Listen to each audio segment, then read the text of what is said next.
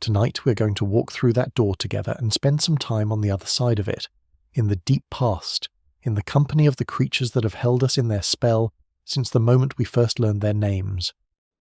Let us begin at the beginning. Not at the beginning of the dinosaurs, though we will get there. Let us begin at the beginning of the human obsession with them. Because that obsession did not start with the word dinosaur, which was only coined in 1842 by an English scientist named Richard Owen. It did not start with the great fossil hunters of the 19th century, the bone wars and the badlands and the rival expeditions racing across the American West. It started much earlier than that. It started, in all likelihood, with the first moment a human being picked up a strange and heavy stone from the ground and turned it over in their hands and understood, at some level below conscious thought, that they were holding something that had once been alive. We want to thank you for supporting us, and it would mean so much if you could support the channel by leaving a like and subscribing to help us keep this channel going. Anyways, back to the video. Human beings have been finding fossils for as long as human beings have existed in places where fossils are found. The ancient Greeks found them. The Romans found them. Indigenous peoples across the Americas, Africa, Asia, and Australia found them, and in many cases incorporated them into cosmological frameworks that made sense of what they were seeing without the benefit of modern geology or paleontology. A large curved bone emerging from a cliff face, smoothed by the elements into something almost polished, catching the light of a late afternoon sun. A tooth the size of your fist, heavier than it looks, with a serrated edge that suggests a mouth no living animal has. A footprint pressed into what was once mud and is now stone, three-toed and enormous, leading nowhere because the rest of the story has been worn away by time. What did the people who found these things think? This is one of the most genuinely interesting questions in the history of human thought, and it does not have a single answer, because it was answered differently in different places and different times and by different kinds of minds. But a thread runs through many of the answers, and that thread is wonder. Not terror, not revulsion, though those responses were certainly possible. Wonder. The reaching of the imagination towards something larger than itself. The attempt to make meaning out of the evidence of a world that clearly extended far beyond the boundaries of living memory. The ancient Greeks had a word, terata, which means marvels or portents, and which they applied to things that exceeded the normal order of the world. Large bones found in the earth were often categorized as terata, and ancient writers recorded them with a mixture of scientific curiosity and mythological interpretation that would seem contradictory to a modern reader, but made perfect sense within its own framework. Some scholars have argued that the giant bones found around the Mediterranean basin, bones of ancient mastodons and rhinoceroses and other Pleistocene megafauna, contributed to the development of stories about giants and monsters and heroes of superhuman scale. That the mythology was, at least in part, an attempt to explain the physical evidence of enormous creatures whose actual nature was impossible to determine without the conceptual tools of modern science. In China, dragon bones have been collected and used in traditional medicine for at least 2,000 years, and these dragon bones were, in many cases, the fossils of dinosaurs and other ancient animals. The connection between the physical evidence and the mythological interpretation is not hard to trace. A large theropod femur, smooth and yellowish from millennia of mineralization, does look somewhat like the leg bone of a very large and very powerful creature. A complete skull, with its teeth and its eye sockets and its overall impression of fierce and alien life, could easily suggest a dragon to a mind that had been told dragons were real and had left their bones in the earth. The mythology was not a failure of understanding. It was an attempt at understanding using the tools that were available. In the American Southwest, the Navajo people had traditions about the bones of large creatures found in their landscape, bones that modern science has identified as belonging to dinosaurs and giant mammals of the Pleistocene. These bones were incorporated into ceremonial practices and cosmological stories in ways that reflected both respect for the evidence and a framework for making sense of it that was different from but not inferior to scientific explanation. The bones were real. The creatures that left them had been real. The stories built around them were attempts to honor that reality and to connect it to the larger story of the world as understood by a particular culture at a particular time. What all of these early encounters with fossil remains share is the recognition that the world is older than the living world. that the landscape underfoot contains evidence of times and creatures that preceded the current order of things by spans of time that exceeded easy comprehension, that the Earth has a depth that is not merely physical but temporal, layer upon layer of lived history going back further than any story reaches. This recognition, however dimly felt and however mythologically framed, is the seed of the modern obsession with dinosaurs. It is the first intuition of deep time, which is perhaps the most significant and the most difficult idea that the human mind has ever been asked to accommodate. Deep time. We will return to this idea many times tonight because it is central to understanding why dinosaurs captivate us so powerfully. But for now, let us just hold it lightly in the mind. The idea that the world has a history so long that the whole of human experience is, by comparison, barely a moment. The idea that the ground we walk on was, at one point, walked on by creatures so unlike anything living today that even seeing them clearly requires an active imagination so sustained and so patient that it begins to feel, in itself, like a kind of meditation. The first formal scientific description of a dinosaur fossil was published in 1824, when the English geologist William Buckland described a partial jaw and some bones found in a limestone quarry in Oxfordshire. He named the creature Megalosaurus, which means great lizard, and he was working in an intellectual climate that was just beginning to seriously grapple with the evidence that species could go extinct, that the fossil record represented real creatures that had really lived and were now really gone.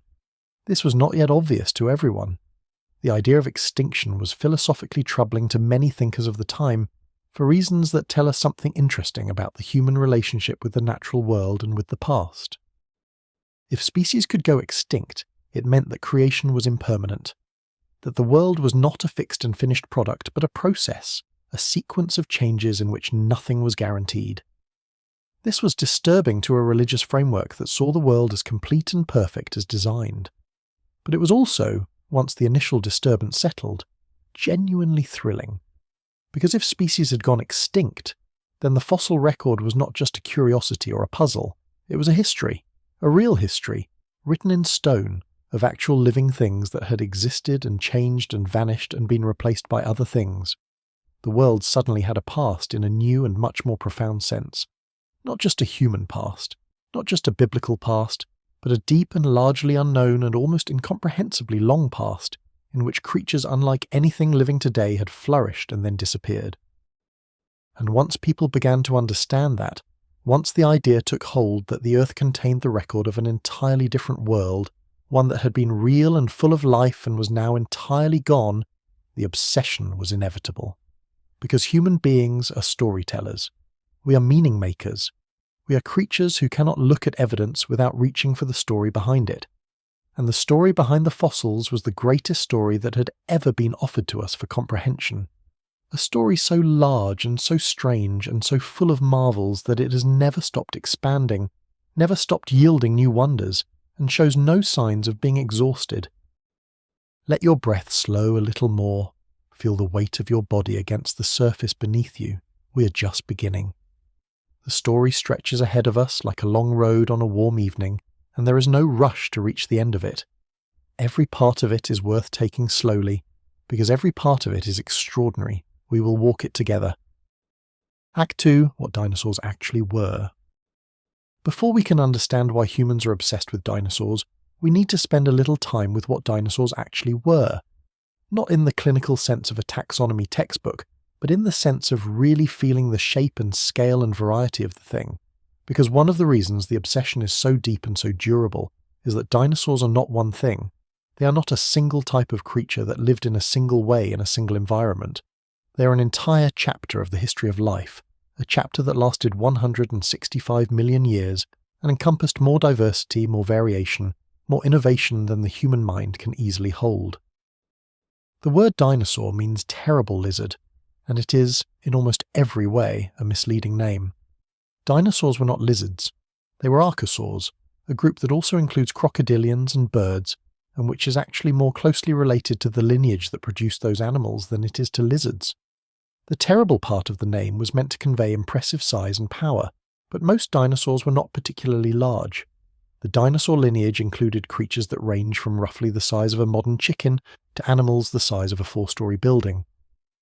The giants get most of the attention because they are the ones that stop you in your tracks in a museum hall, but they were not typical. Most dinosaurs were small, quick, active, bird-like creatures that moved through their worlds with a speed and precision that we are only now beginning to appreciate. The first dinosaurs appeared approximately 230 million years ago, in the late Triassic period. They were small, bipedal, and not particularly remarkable by the standards of the world they entered, which was already populated by a diverse array of reptiles and proto-mammals competing for every available ecological niche. The early dinosaurs were marginal players, small opportunists living in the shadows of larger and more established groups. Nothing about them announced that they were going to inherit the Earth. They were just another group trying to make it in a crowded world. What changed was the world itself, not the dinosaurs.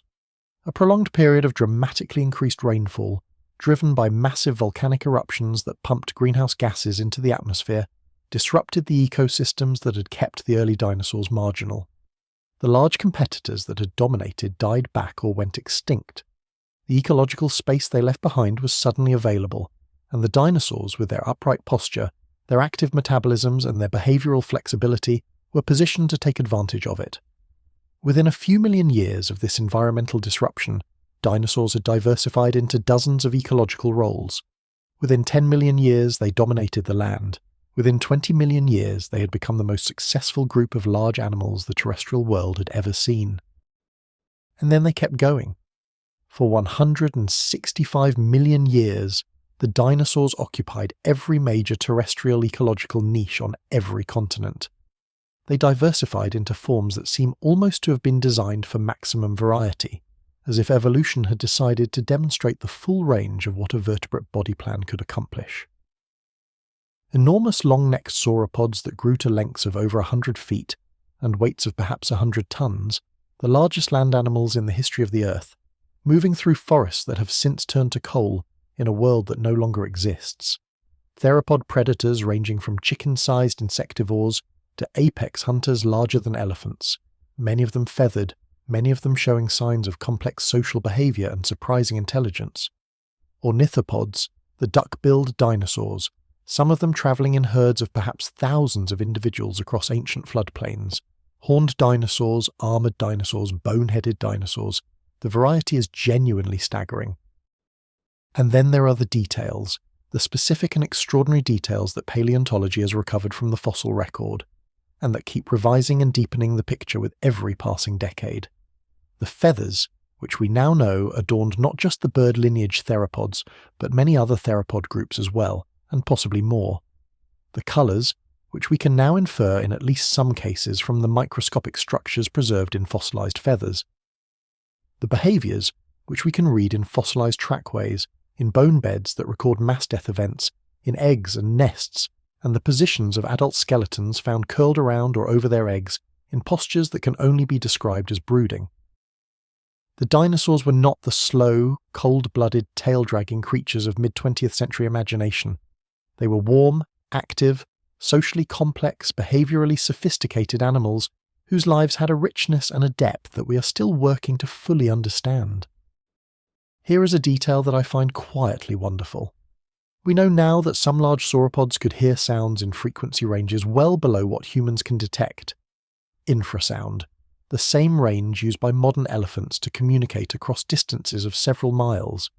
This means that the great sauropod herds of the Jurassic were almost certainly communicating constantly in sounds that were completely inaudible to any human observer, a rich and complex acoustic world entirely invisible to us even if we had been there to witness it. The world of the dinosaurs was fuller and more complex than it looked. It always is. The more closely and carefully we look at any period of deep time, the more life there is to find. The diversity of dinosaurs is one reason the obsession endures. There is always more to discover, more to understand, more to be astonished by. Every year, paleontologists describe dozens of new species.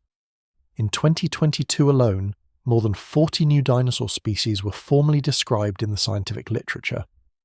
The rate of discovery has actually accelerated in recent decades, as paleontological work has expanded to regions of the world that were previously less studied, including parts of Africa, Asia, South America, and Antarctica, all of which have yielded extraordinary finds that continue to reshape the picture of what dinosaur life was like across the globe. We are not running out of dinosaurs. We are nowhere near running out of dinosaurs. There is something reassuring about that, in a way that is hard to articulate precisely. The world still contains surprises at this level. The rock still gives up its ancient secrets to patient hands. The past is not closed, not fixed, not finished. It is an ongoing conversation between the present and the deep time that produced it. A conversation that shows no signs of ending and that keeps revealing that the world was stranger and more magnificent than we knew. Rest in that thought for a moment. The world was stranger and more magnificent than we knew, and we are still finding out just how strange and magnificent it was. Every bone that comes out of the rock is a message from an unimaginable distance, a message that says, we were here, we were real, we lived full lives in a full world, and we mattered in ways you are only beginning to understand. Let that message arrive slowly, the way all important messages do. There is no rush. The bones have waited 66 million years. They can wait a little longer while we catch up. Now let us turn inward for a while. Let us look not at the dinosaurs but at ourselves, at the human mind, and the particular way it responds to the ancient and the enormous and the vanished. Because the obsession with dinosaurs is not really about dinosaurs alone. It is about something in the structure of the human mind, something deep in the architecture of how we process the world and find meaning in it. Understanding that something helps explain why the fascination is so universal, so durable, and so consistently felt across cultures and generations and individual personalities. Psychologists who study the emotion of awe have found that it tends to be triggered by two things working together. The first is vastness, which can be physical vastness, like a mountain range or an ocean, but can also be conceptual vastness, like an enormous span of time or an idea so large that it exceeds ordinary mental categories. The second is accommodation, the need to revise existing mental structures to make room for the new thing. Or arises when something exceeds our current understanding in a way that requires us to expand, to reach beyond what we already know and believe into something larger. It is the feeling of the mind stretching itself to contain something that will not fit into its ordinary containers. Dinosaurs trigger both of these conditions with unusual power. The physical vastness is literal, at least in the case of the giants. A brachiosaurus, its neck rising 40 feet into the air, its footstep leaving an impression a metre across in the soft ground, is simply physically vast in a way that affects the body as well as the mind. Standing near a good reconstruction of a large sauropod, even a skeletal reconstruction in a museum, triggers something visceral, something in the nervous system below the level of conscious thought. The scale of the thing is not just intellectually registered, but physically felt. But it is the temporal vastness that is perhaps more profound, the vastness of deep time. When you look at a dinosaur fossil, you are looking at something that was alive 66 million years ago, at the absolute minimum, and in many cases much longer ago than that. 66 million years is a span of time so large that the human brain genuinely cannot process it through normal cognitive channels. We can say the number, we can write it down, but we cannot feel it the way we can feel the difference between 1 year and 10 years, between a century and a millennium. 66 million years is simply beyond the scale at which the human time sense operates. And yet, in the presence of the fossil, something in us tries. Something in the mind reaches toward that span of time and attempts to bridge it, attempts to connect the thing you are looking at with the moment in which it was alive. This attempt, this reaching, is itself the experience of awe. It is the sensation of your mental framework expanding to try to accommodate something that exceeds it. It is not comfortable exactly. It produces a kind of pleasant dizziness, a vertigo of the imagination. But it is also deeply rewarding, in the same way that any experience of genuine expansion is rewarding. You come away from it with something you didn't have before. Not knowledge exactly, or not just knowledge. Something more like a lived sense of the world being larger than you had understood. There is a related concept in psychology called the overview effect, originally used to describe what astronauts report experiencing when they see the Earth from space. The sudden, visceral understanding that the planet is small and fragile and hanging in an immensity of space tends to produce a profound shift in perspective, a reduction in the felt importance of ordinary concerns combined with an increased appreciation for the preciousness of life and the planet that sustains it. Something similar, though less dramatic, happens when we genuinely engage with deep time, the understanding that the world has existed for 4.5 billion years, that humans have been part of it for less than a fraction of 1% of that time, that the dinosaurs preceded us by an interval so large it dwarfs all of human history combined, produces a shift in scale that temporarily reorganizes our sense of what matters and what does not. This reorganization is not unpleasant. In fact, most people report that it is one of the most genuinely enriching mental experiences available to them. The Buddhist tradition has a concept that might be relevant here, though I am cautious about overreaching across traditions. The concept of beginner mind, the state of encountering something as if for the first time, with fresh eyes unclouded by preconception, fully open to whatever the experience offers. Engaging with deep time through dinosaurs does something similar to the mind. It temporarily loosens the fixed frameworks through which we ordinarily see the world and allows in a quality of freshness, of genuine encounter with the strangeness of existence that daily life rarely provides. Children feel this intensely, which is why the dinosaur obsession so often begins in childhood and leaves such a deep impression that it persists, in some form, into adult life. Children have not yet fully constructed the mental frameworks that ordinarily filter experience into familiar categories. They are still, to a significant degree, in a state of open encountering with the world, still genuinely surprised by things that adults have learned to take for granted. A dinosaur is perfectly designed to meet a child in that open state and deliver the full force of wonder, unmediated directly into a mind that has not yet learned to defend itself against astonishment. But adults feel it too, and the persistence of the feeling into adulthood, the fact that so many people who encountered dinosaurs first as children continue to find them captivating well into adult life, says something important about the nature of the obsession. It is not just novelty. It is not just the appeal of the unfamiliar that would naturally fade with familiarity. It is something deeper than that, something that keeps renewing itself because the source of it is genuinely inexhaustible. The world of the dinosaurs is so large, so varied, so continuously being revealed as stranger and more complex than previously understood, that the wonder it produces does not diminish with knowledge, it increases. The more you know about dinosaurs, the more astonishing they become. This is not true of everything. Many subjects are fully comprehended by the mind once sufficient knowledge has been acquired, and the mystery dissolves into understanding. But deep time does not work this way. Every answer in paleontology opens onto more questions. Every new species described raises new puzzles about relationships and behaviors and ecologies. The known expands, but the unknown expands faster. The dinosaurs recede as we pursue them, always revealing more of themselves, never becoming fully known, never losing the quality of strangeness that makes them so compelling. Let that settle into you softly. The idea that some things do not become less wonderful the more you know about them, that some sources of wonder are genuinely inexhaustible. Breathe in slowly, and as you breathe out, let any tension that is still present in your body release with the breath. The night is long and quiet, and you are exactly where you need to be. There is a chapter in the history of the human obsession with dinosaurs that is itself almost like a prehistoric drama in its scale and its passion, and its mixture of heroism and folly. The Bone Wars of the American West in the latter half of the 19th century. This was the period when the vast fossil beds of the American plains and Badlands were first extensively explored by scientists, and the story of that exploration is one of the most extraordinary episodes in the history of science, full of characters who seem, in retrospect, almost too vivid to be entirely real.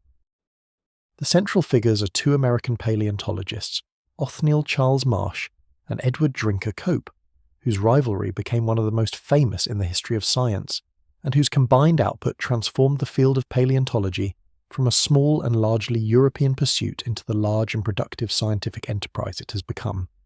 Their rivalry was personal, intense, and in some respects genuinely damaging to both of them, to the science they pursued, and to the fossil sites they competed over. But it was also extraordinarily productive.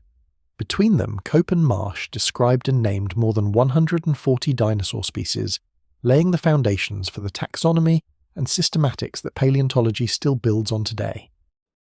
The story begins in amicable collaboration. Cope and Marsh were both young scientists, both intensely interested in fossils, both ambitious and energetic and gifted in ways that would have made them natural allies. They visited each other, corresponded enthusiastically, named species after each other in the collegial tradition of 19th century natural science. Then something went wrong.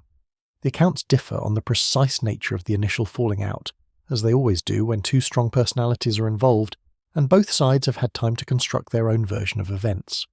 What is clear is that by the early 1870s, the collaboration had turned into a rivalry of unusual bitterness. Both men had spies in each other camps. Both men paid workers to collect fossils from sites that the other had already identified. Both men were known to destroy fossils or sites to prevent the other from benefiting from them. Marsh had Cope removed from positions. Cope published attacks on Marsh in the popular press. The disputes were financial as well as scientific, both men spending more than they had on expeditions and collection, and eventually running into serious financial difficulties. Marsh was supported by the federal government for much of his career, through his position as paleontologist to the United States Geological Survey, which gave him resources Cope could not match, but which also created political vulnerabilities that Cope exploited with some success toward the end of their lives. But set aside the human drama for a moment, as compelling as it is, and focus on the scientific output. The Badlands of Wyoming, Colorado, Utah, and Kansas in the 1870s and 1880s were producing dinosaur fossils at a rate and of a quality that astonished the scientific world.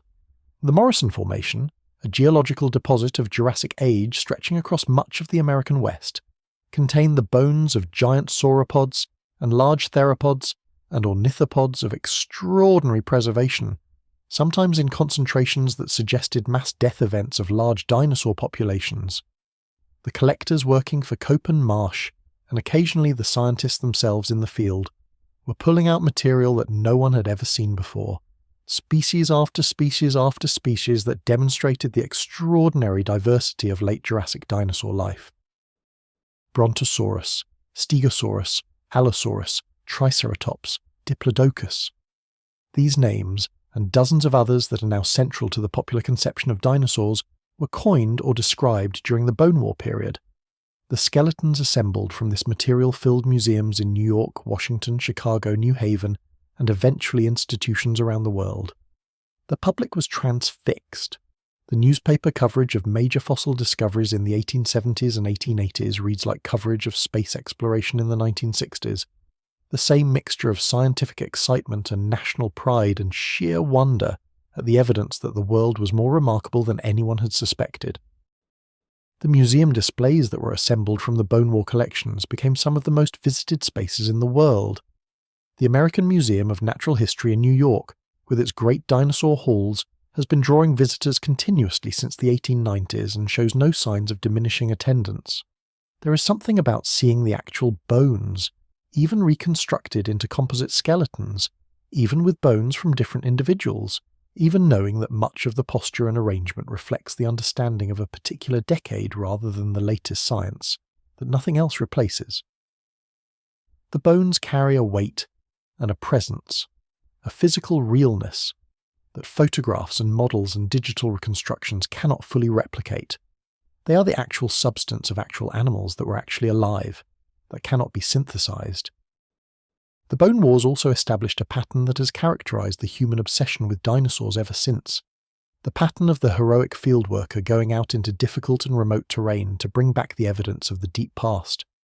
The romance of paleontology, the image of the scientist in dusty clothes kneeling in the sun with a rock hammer and a brush, coaxing an ancient creature slowly back into the world from the matrix of its long burial, is not purely mythological. That experience is real. The work is genuinely difficult and genuinely rewarding in the way that difficult physical work in remarkable landscapes tends to be. And the moment of discovery, the first glimpse of bone in rock, the recognition that what you are looking at is something new, something that has not been seen by any human eye since it was buried 65 million years ago, is by all accounts one of the most powerful experiences available to anyone who pursues the science. Barnum Brown, the great collector who worked for the American Museum of Natural History in the early 20th century, and whose explorations of the Red Deer River Valley in Alberta yielded some of the finest complete dinosaur specimens ever found, including the first Tyrannosaurus rex skeleton, described his feelings in the field in terms that were essentially those of a religious experience. The encounter with the past was not just intellectually interesting, it was moving in the deepest sense. It affected him in ways that went beyond what any scientific report could convey. The bones were not just data, they were presences, reminders of an enormous and mysterious past that demanded something more than analysis. They demanded, in some sense, reverence. That word, reverence, keeps coming up in accounts of paleontological fieldwork, and I think it points to something important about the nature of the obsession. The encounter with fossils, and particularly with the bones of large and extraordinary creatures, triggers something in us that is related to but not identical with scientific curiosity. Something older and less easily articulated. Something that the people who first found these bones thousands of years ago and incorporated them into myths and rituals were responding to as well. The recognition that the world is immeasurably old and has been the home of lives and worlds of which we know almost nothing, and the feeling that this recognition matters, that it calls for something from us, some quality of attention or acknowledgement that ordinary experience does not require.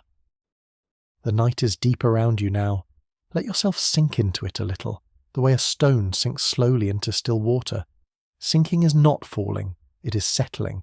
It is finding your place in the depth of a quiet thing. The story continues, soft and unhurried, and you can carry it with you wherever you're going. Let's spend a little more time in the Cretaceous world, because the world of the last dinosaurs deserves more than a passing glance. It was a world of such extravagant variety and such layered complexity that even now, with all the tools of modern paleontology at our disposal, we're only beginning to understand the full texture of it. So let us walk through it slowly, the way you walk through a landscape you want to remember, stopping at intervals to take in the details, letting the whole of it settle into the mind at the pace that allows it to truly land. Start with the plants, because the plants are the foundation of everything. The Cretaceous world was, like all worlds before and after it, ultimately powered by the sun, by the transformation of sunlight into chemical energy through photosynthesis. But the plants doing that work in the Cretaceous were different in important ways from the plants doing it today. Flowering plants, the angiosperms, were a relatively recent evolutionary innovation in the early Cretaceous, and they were still expanding their range and diversifying their forms throughout the period.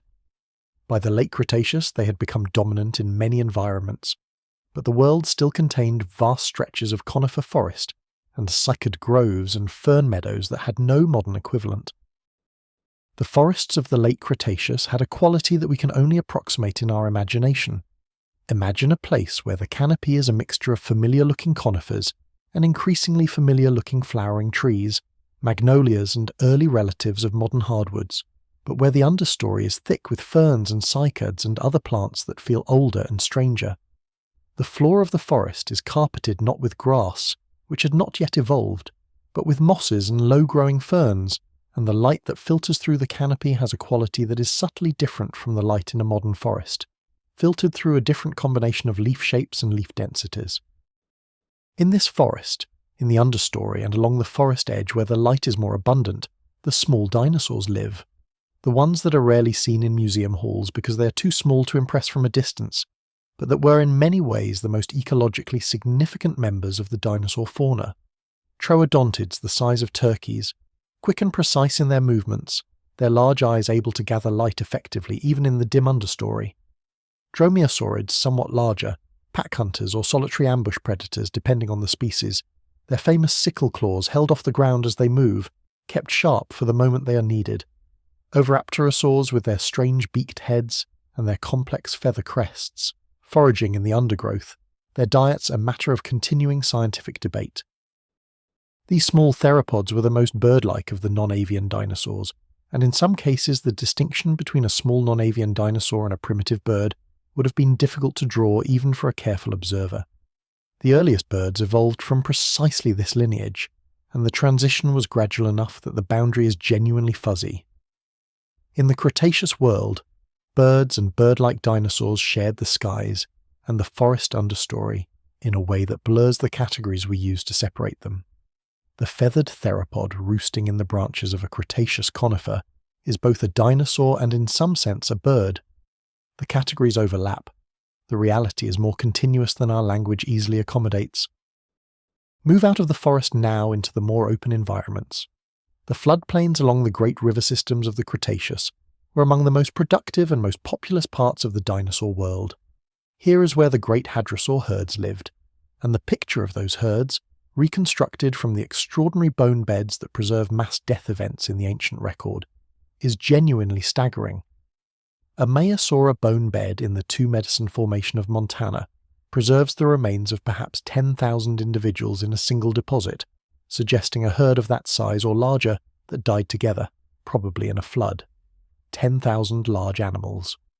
A herd of that scale moving across a floodplain would have changed the landscape it moved through. The sound of it audible from miles away, the smell of it carried on the wind, the ground beneath it compressed and furrowed by thousands of heavy feet. The ceratopsians, the horned dinosaurs, also lived in herds on these open floodplains, their behaviour probably broadly similar to that of modern large herbivores like bison or wildebeest. Triceratops and its relatives were among the most common large animals of the late Cretaceous of North America, and their fossil abundance reflects an ecological success story of remarkable proportions. They were browsers and grazers in the broad sense, processing enormous quantities of tough Cretaceous vegetation with their shearing beaks and their batteries of closely packed teeth, which were continuously replaced throughout their lives in the same way that shark teeth are replaced. A Triceratops that lived to old age would have gone through thousands of teeth in its lifetime. And then there is the Tyrannosaurus. It would be impossible to talk about the Cretaceous world without spending some time with the most famous predator in the history of life, the animal that has become almost a cultural archetype of power and danger and deep time. But I want to approach it differently from the way it is usually approached, not as a monster or a weapon or a symbol of prehistoric terror, but as an animal. A real animal that had a real life in a real world, with all the complexity and vulnerability and ordinary moments that a real life entails. Tyrannosaurus rex was, first of all, an animal with a family. The evidence for social behaviour in tyrannosaurs is not definitive, but is suggestive. Multiple individuals are sometimes found together in what may represent family groups or loose social aggregations. Juveniles had different body proportions from adults, with relatively longer legs and lighter builds that suggest they occupied different ecological roles, possibly running down fast prey while the adults used their massive bodies for power rather than speed. The relationship between juvenile and adult tyrannosaurs, whether it involved any degree of parental care or social learning, is one of the great open questions of dinosaur paleontology. Tyrannosaurus was also, second of all, an animal that got sick, that got injured, that experienced the full range of physical vulnerability that being a large animal in a competitive world entails. Fossil specimens show evidence of injuries healed over, broken bones that mended imperfectly, infections that left their marks in the bone. One famous specimen shows evidence of a bite to the face from another tyrannosaur, the wound healed over, the animal apparently surviving the encounter. There is evidence of bone cancer in at least one specimen. The life of a large predator is not the unchallenged dominance that popular representations sometimes suggest. It is a life of difficulty and competition, and physical risk, punctuated by the moments of success that make survival possible. Rest in the thought of that animal for a moment. Large, powerful, successful in the terms of its world, but also vulnerable, also subject to pain and illness and the ordinary difficulties of existence. Not so different in its fundamental relationship to the challenges of being alive from anything else that has ever lived. The difference in scale and form is immense. The underlying reality of a life lived under pressure, of a body that can be hurt and that seeks comfort, and that has drives and responses and a relationship with its world, is something we share with it across all the distance of deep time. There is a scene that I return to often in imagination, a kind of thought experiment that I find helps make the KPG extinction feel real rather than merely abstract. It is the last ordinary day, not the day of the impact, not the extraordinary day when the sky fell, but the day before, or the week before, or even the month before, a day when nothing in the world of the Cretaceous announced that anything was about to change.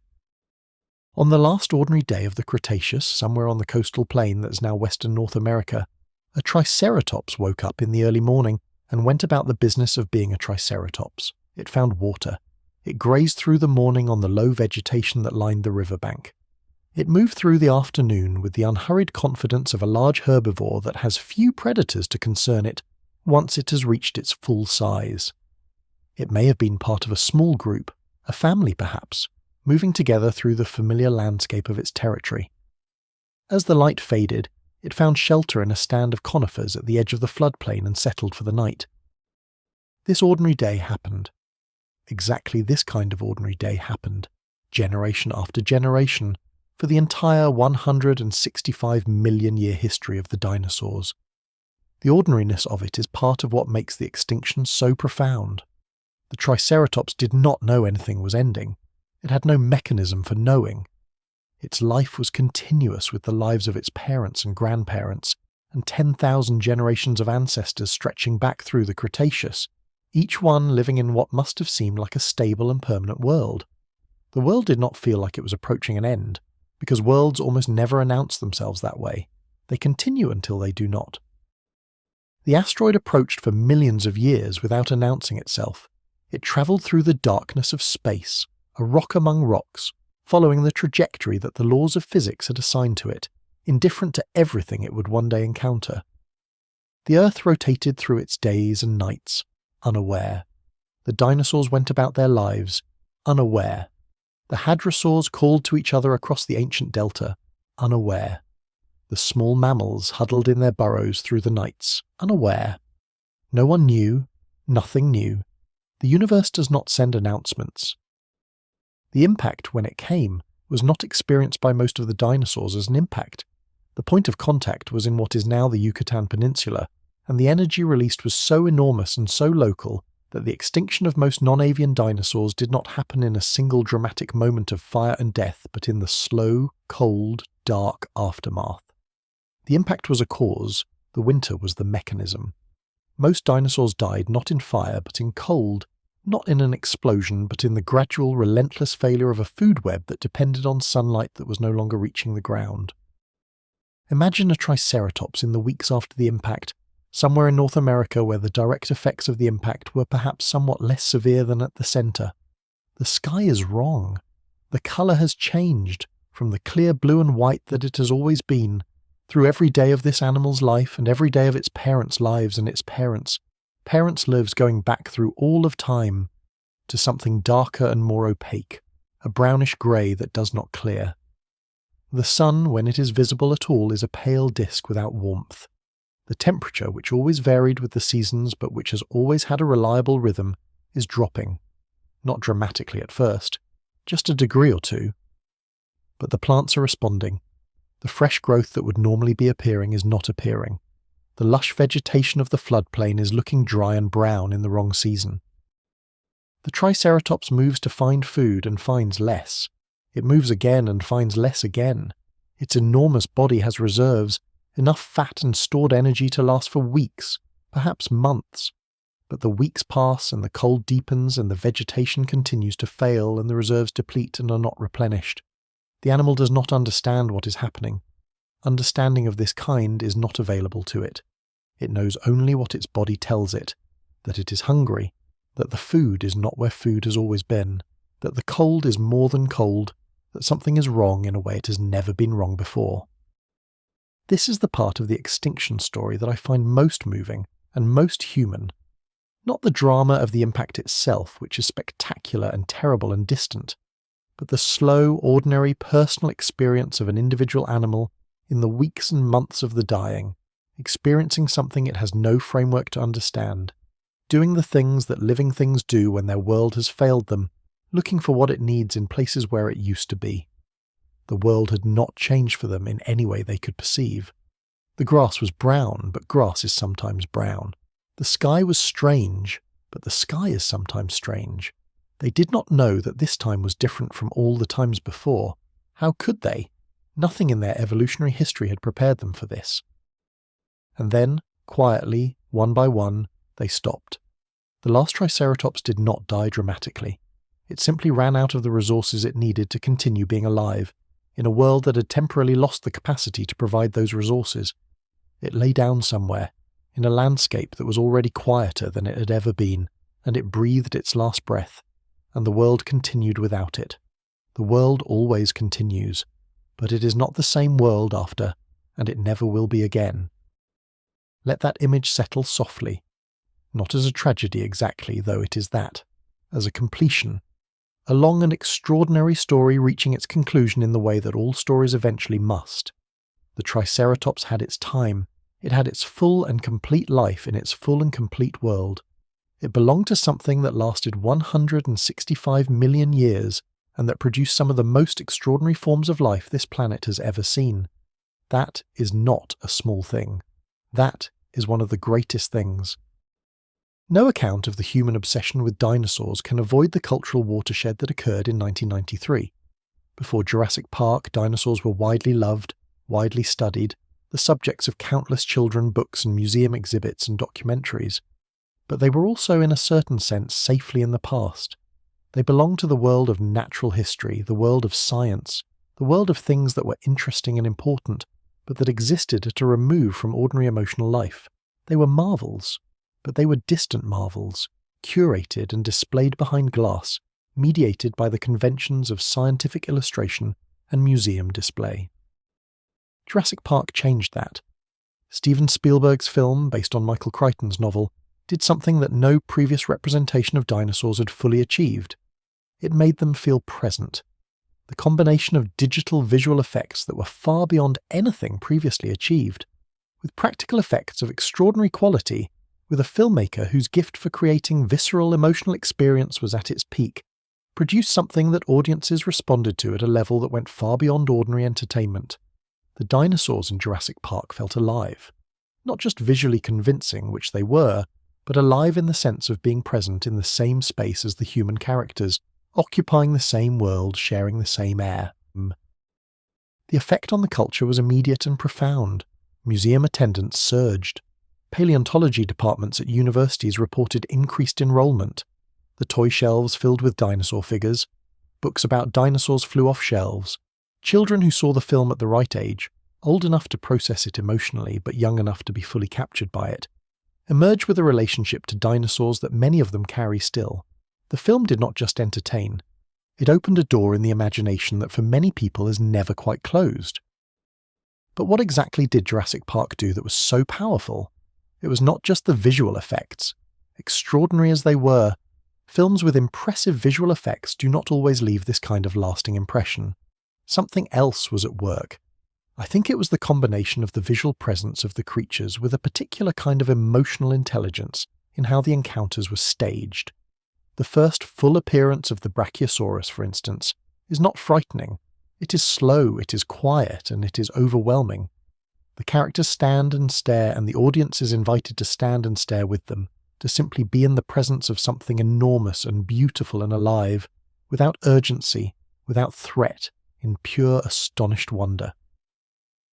That moment is one of the most carefully constructed experiences of awe in the history of popular filmmaking, and it works because it gives the audience exactly what they have been reaching for since the first time they looked up at a dinosaur skeleton in a museum hall.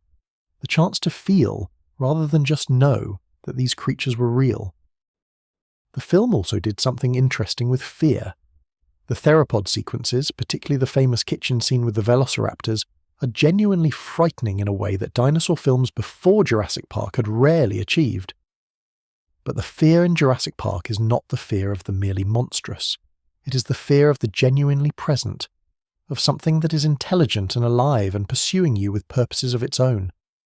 The velociraptors in Jurassic Park are frightening because they think, they problem solve, they communicate, they have a quality of intention that makes them feel like agents rather than machines. And that quality, that sense of an intelligence inhabiting a body utterly unlike our own, pursuing goals in a world it fully occupies, is one of the most powerful things a story can give us. It is worth noting in passing that the velociraptors in Jurassic Park are not particularly accurate representations of the real animal. The real velociraptor was roughly the size of a turkey, feathered, and probably not much more intelligent than a modern crow, which is actually quite intelligent but not the problem-solving pack hunter of the film. The animals in Jurassic Park that look like velociraptors are actually closer in size to Deinonychus, a slightly larger relative, and in behaviour they are extrapolated from the most aggressive possible reading of the fossil evidence. But this inaccuracy does not diminish the film's power. What it gets right is the essential quality that makes raptors interesting, the combination of predatory efficiency, social behavior, and relative intelligence that distinguishes the Maniraptor and theropods from more purely mechanical predators. The details are wrong. The spirit is right. The film also contributed importantly to what was happening in paleontology at exactly the time of its release. The 1990s were the decade when the evidence for feathered dinosaurs, which had been building since the 1970s, became impossible to ignore. The discoveries in China of spectacularly preserved feathered theropods in the mid-1990s transformed the public understanding of what dinosaurs had looked like and how they had lived. Jurassic Park had primed the culture for a revised picture of dinosaurs as active, warm-blooded, behaviorally complex creatures. The Chinese discoveries delivered the scientific confirmation. The two developments reinforced each other, and the result was a fundamental shift in the popular conception of dinosaurs that is still working itself out.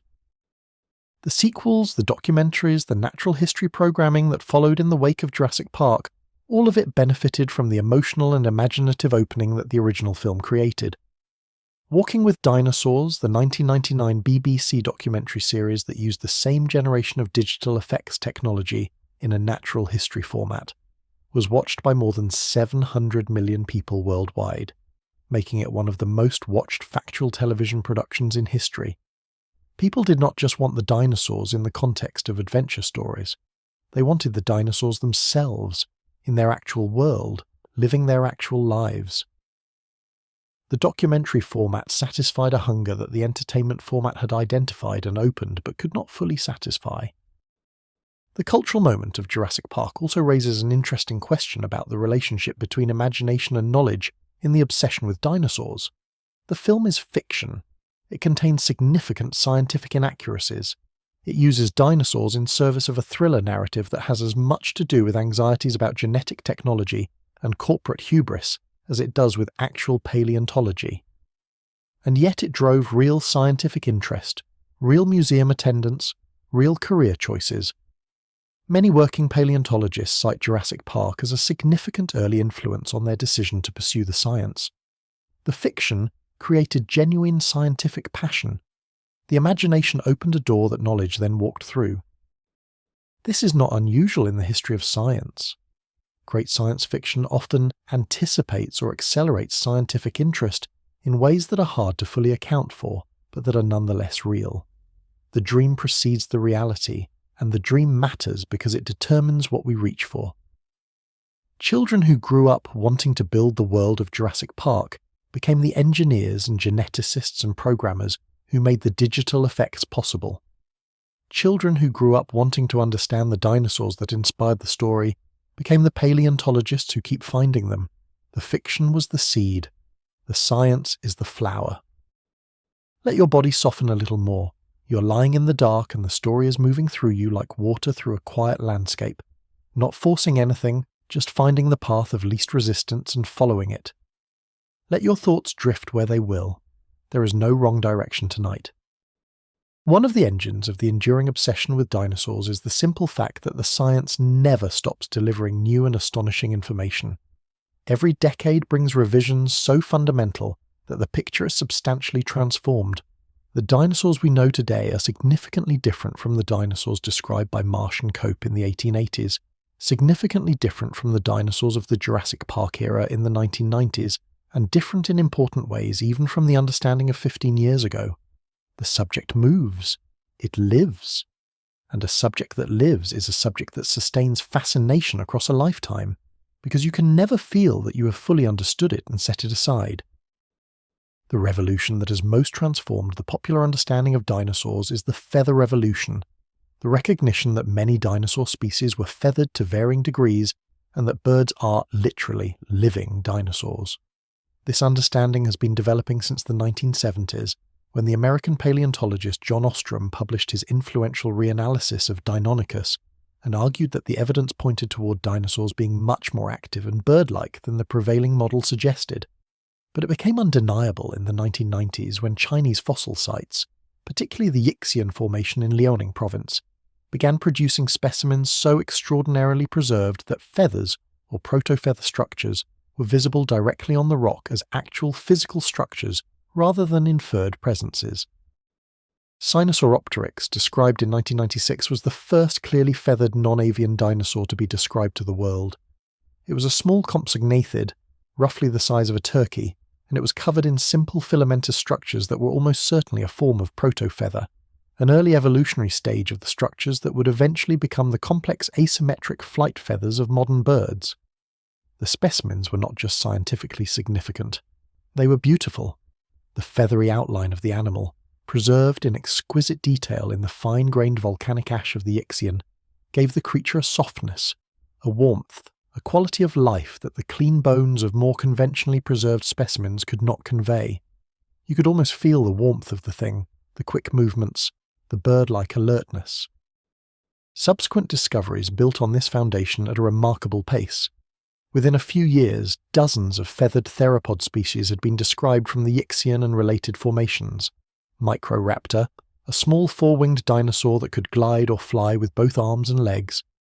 Eutyrannus, a massive relative of Tyrannosaurus that stood 20 feet tall and was covered in filamentous feathers. Anchiornis, a small troodontid whose coloration could be inferred from the microscopic melanosomes preserved in its feathers, making it the first dinosaur for which actual colour could be determined. The picture that emerged was of a world in which feathers were not an exclusively avian innovation, but a widespread feature of many theropod lineages, evolved originally for insulation or display, and only later adapted for flight in the lineage that eventually became birds. The colour question is particularly fascinating, and has generated a great deal of excitement in both the scientific community and the general public. The discovery that melanosomes, the microscopic organelles that produce colour in feathers, can be preserved in the fossil record has allowed paleontologists to determine the actual coloration of a number of feathered dinosaurs. Anchiornis appears to have had a colour pattern of black and white with a rusty red crest, similar in some ways to a modern pied woodpecker. Microraptor was apparently iridescent black, similar to a modern starling or raven. These were not the uniformly dull-coloured animals of older reconstruction. They were vivid, specific creatures with individual appearances that had meaning within their own social worlds. The social behaviour question is another area where recent research has substantially deepened the picture. The evidence for parental care in dinosaurs, which was first clearly demonstrated by the American paleontologist Jack Horner in the 1970s and 1980s through his extraordinary finds of Maiasaura nesting colonies in Montana, has been confirmed and extended by many subsequent studies. Multiple species of dinosaur are now known to have incubated their eggs, not by burying them in the manner of many modern reptiles, but by sitting on them in the manner of modern birds. Several species are known from specimens of adults found in postures that appear to represent nest guarding. There is evidence of extended parental care in at least some species, with juveniles remaining in or near the nest for a period after hatching. And then there is the intelligence question, the one that generates perhaps the most discussion and the most wonder. How smart were dinosaurs? The answer depends enormously on which dinosaurs you're asking about, because the dinosaur lineage spans a range of brain size and cognitive complexity, at least as wide as the range seen among modern vertebrates. At one end of the spectrum, the large sauropods and ankylosaurs had relatively small brains for their body size, suggesting cognitive lives that were probably relatively simple, though not without their own interest. At the other end, the maniraptoran theropods, the group that includes birds and their closest relatives, had brain-to-body ratios that in some cases approached those of modern birds, and modern birds are significantly more intelligent than the popular imagination typically gives them credit for. Crows and ravens can use tools, understand cause and effect relationships, plan for future states, recognize individual human faces, hold grudges over periods of years, and communicate complex information to conspecifics through a system of calls and gestures that has properties resembling language in some respects. If the troodontids and other advanced maniraptorans of the Cretaceous had similar cognitive capabilities as their brain sizes and social behaviours suggest they may have, then some dinosaurs were genuinely intelligent animals in a sense that goes well beyond simple stimulus-response behaviour. They were thinking creatures, with inner lives of some complexity and sophistication. This recognition sits somewhere at the heart of the deepest fascination with dinosaurs. Not just that they were big, or that they were different, or that they are gone, but that they were real.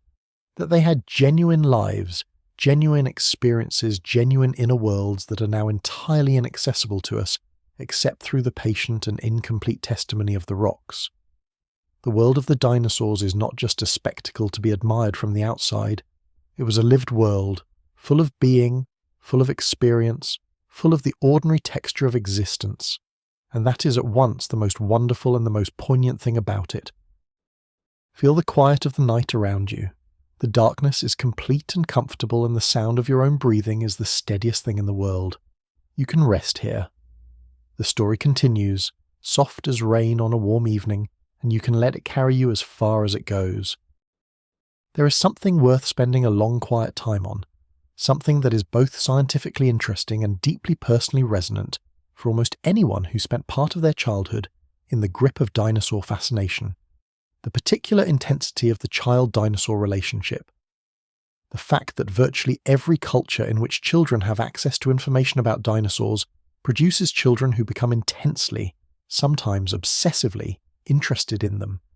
The fact that this interest tends to appear at specific developmental windows between the ages of roughly 2 and 6 for the initial peak of intensity, with a secondary peak in the preteen years when the science itself becomes interesting. The fact that it has a specific phenomenology, a specific emotional texture that is widely shared across individuals and cultures and generations. Developmental psychologists have studied what they call intense interest in children, the focused, passionate, sometimes all-consuming interest in a specific topic that many children develop between the ages of 2 and 6. Dinosaurs are among the most common subjects of these intense interests, along with trains, space, trucks, and a few other topics. Studies have found that children with intense interest develop stronger sustained attention, better information processing, deeper conceptual knowledge in their area of interest, and in some cases measurably enhanced vocabulary relative to other children of similar age. The intense interest is not a quirk or an obsession in the clinical sense. It is a feature of development, a mechanism through which the developing mind practices and refines the cognitive skills it will need. But what is it about dinosaurs specifically? Why dinosaurs rather than, say, an equally valid topic of natural history that would offer similar cognitive benefits? The researchers who have looked at this question have identified several features of dinosaurs that seem to make them particularly effective at triggering and sustaining intense interest. The combination of being real, which means there is a body of fact to learn and master, with being fantastical, which means they exceed the ordinary boundaries of the child's existing world, creates exactly the conditions in which the developing mind is most engaged. Dinosaurs are genuinely strange, genuinely large, genuinely diverse, and genuinely well documented enough to offer an essentially inexhaustible supply of new information to a mind hungry for it. There is also something about the names. Dinosaur names are long, polysyllabic, and phonologically complex, and children who become interested in dinosaurs learn them with a facility and a pleasure that often astonishes adults. A 3-year-old who can correctly pronounce and correctly apply the word Pachycephalosaurus has achieved something cognitively non-trivial. The mastery of the names is itself a kind of mastery, a demonstration of capability that the child experiences and that others recognize, and this recognition reinforces the interest and the effort. Learning dinosaur names is one of the first sustained intellectual projects many children undertake, and the pleasure they take in it suggests that the mind finds this kind of systematic naming and categorizing genuinely satisfying, perhaps because categorization is one of the fundamental operations of intelligence. The child relationship to dinosaurs also often has a quality of ownership, of special knowledge, of expertise. A child who knows dinosaurs well inhabits a knowledge domain that many adults know less well than the child does. This is relatively rare in the experience of a young child, who is ordinarily the least knowledgeable person in any interaction with adults. The reversal of the knowledge hierarchy that dinosaur expertise creates, the experience of knowing things that grown-ups do not know, is powerful and formative. It teaches the child something important about the nature of knowledge, that it can be acquired by anyone who pursues it with sufficient dedication, that it does not come with age automatically, and that the pleasure of knowing deeply and specifically something that others know only superficially is one of the genuine pleasures available to a thinking being. Many people remember the specific texture of their childhood dinosaur fascination with unusual vividness. Not just that they were interested in dinosaurs, but specific books, specific museums, specific figures, specific moments of encounter with the subject. The smell of a particular book, the feel of a plastic triceratops worn smooth by handling, the first time they looked up at the skeleton of an apatosaurus in a museum hall and felt the ground shift slightly under their feet. These memories are often among the most vivid and most emotionally resonant of early childhood, which is itself evidence of the depth and power of the original experience. The mind holds on to what matters most to it. And then there is the question of what happens to the interest as the child grows. For many people, it softens and recedes, displaced by other interests and concerns as the complexity of adult life accumulates. But it rarely disappears entirely.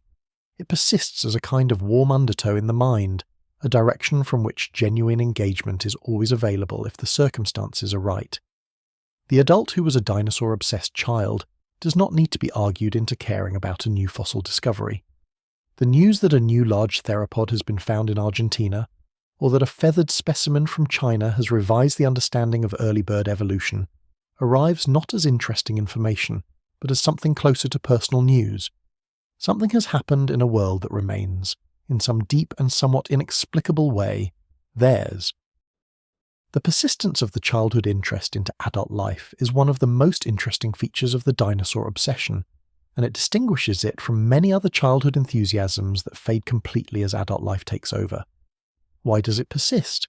I think because it is connected to something that does not disappear as we age, the capacity for genuine wonder, the ability to be astonished by the scale and strangeness of the world, the desire to understand things that are genuinely difficult to understand.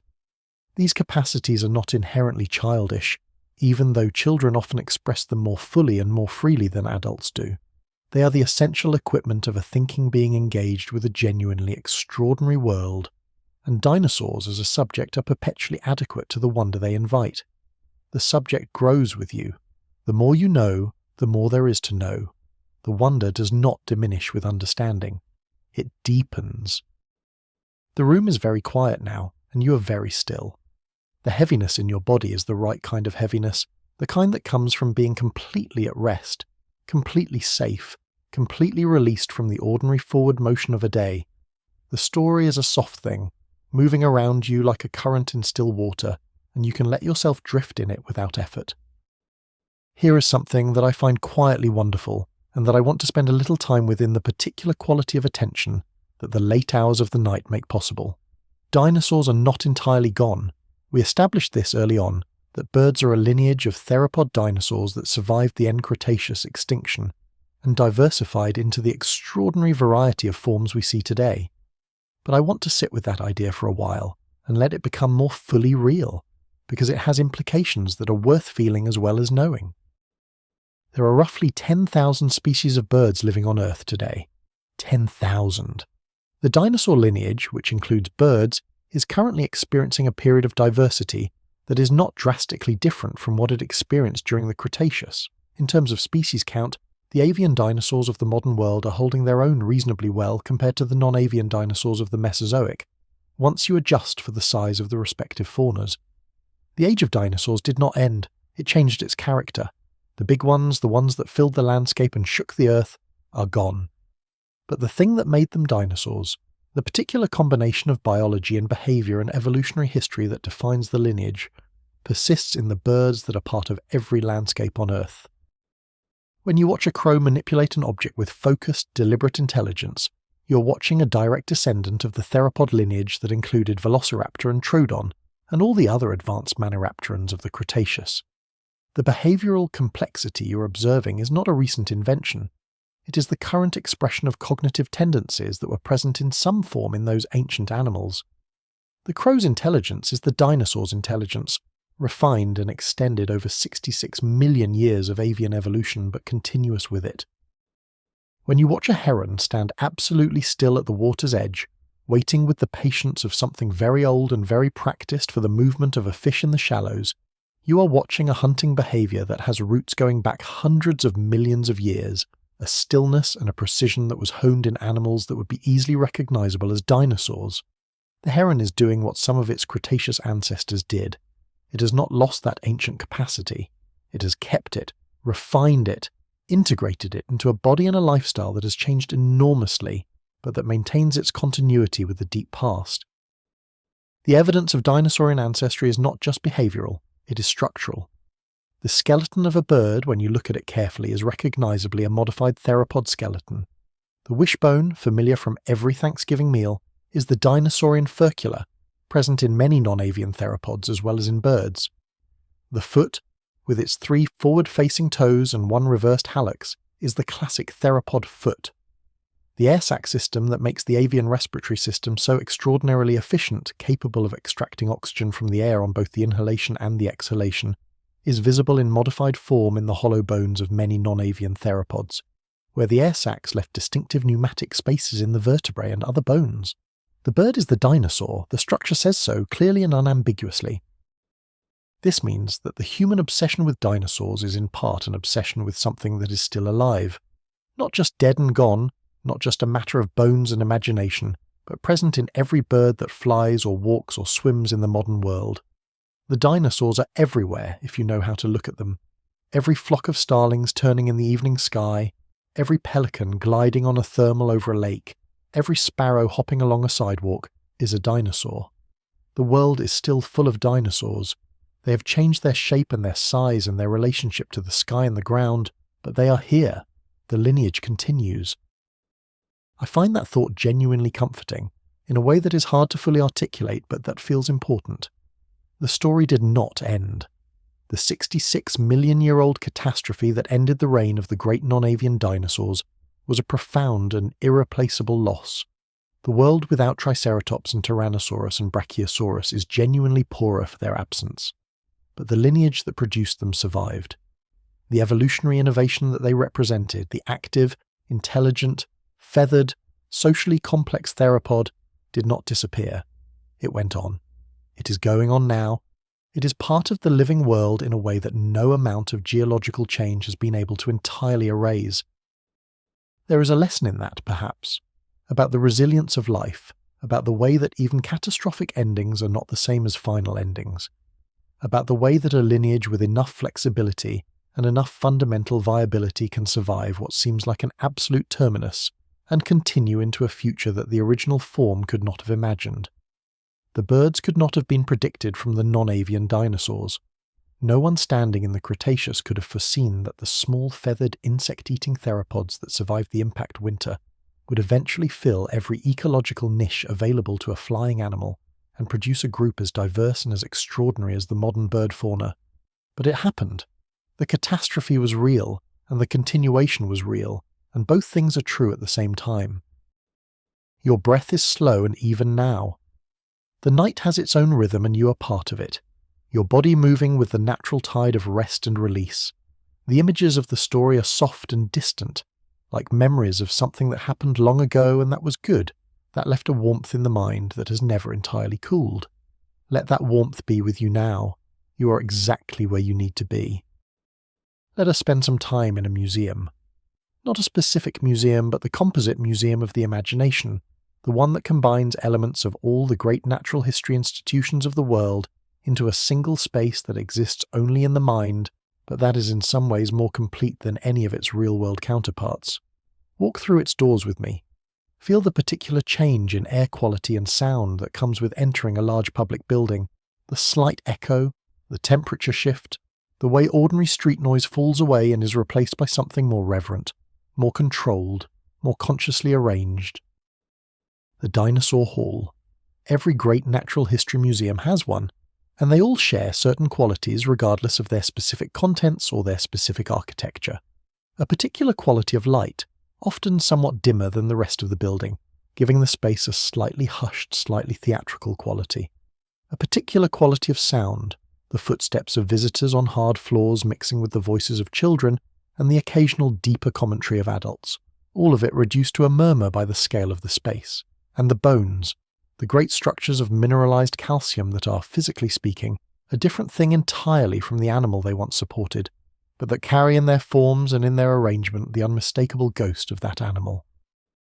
The experience of standing in a dinosaur hall is one that very few people are genuinely indifferent to. Even people who do not consider themselves especially interested in natural history or paleontology report feeling something specific in the presence of large dinosaur skeletons, something that is difficult to put into words but that involves both a physical and a mental response. The physical response is partly just the effect of scale.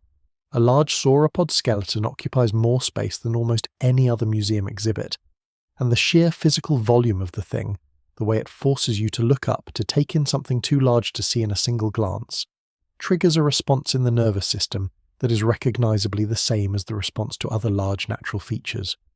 The mental response is the one that is harder to describe, the mixture of scientific interest and imaginative projection, and something that functions almost like recognition, the sense of being in the presence of something that, though utterly unfamiliar in its details, is connected to you in ways that matter.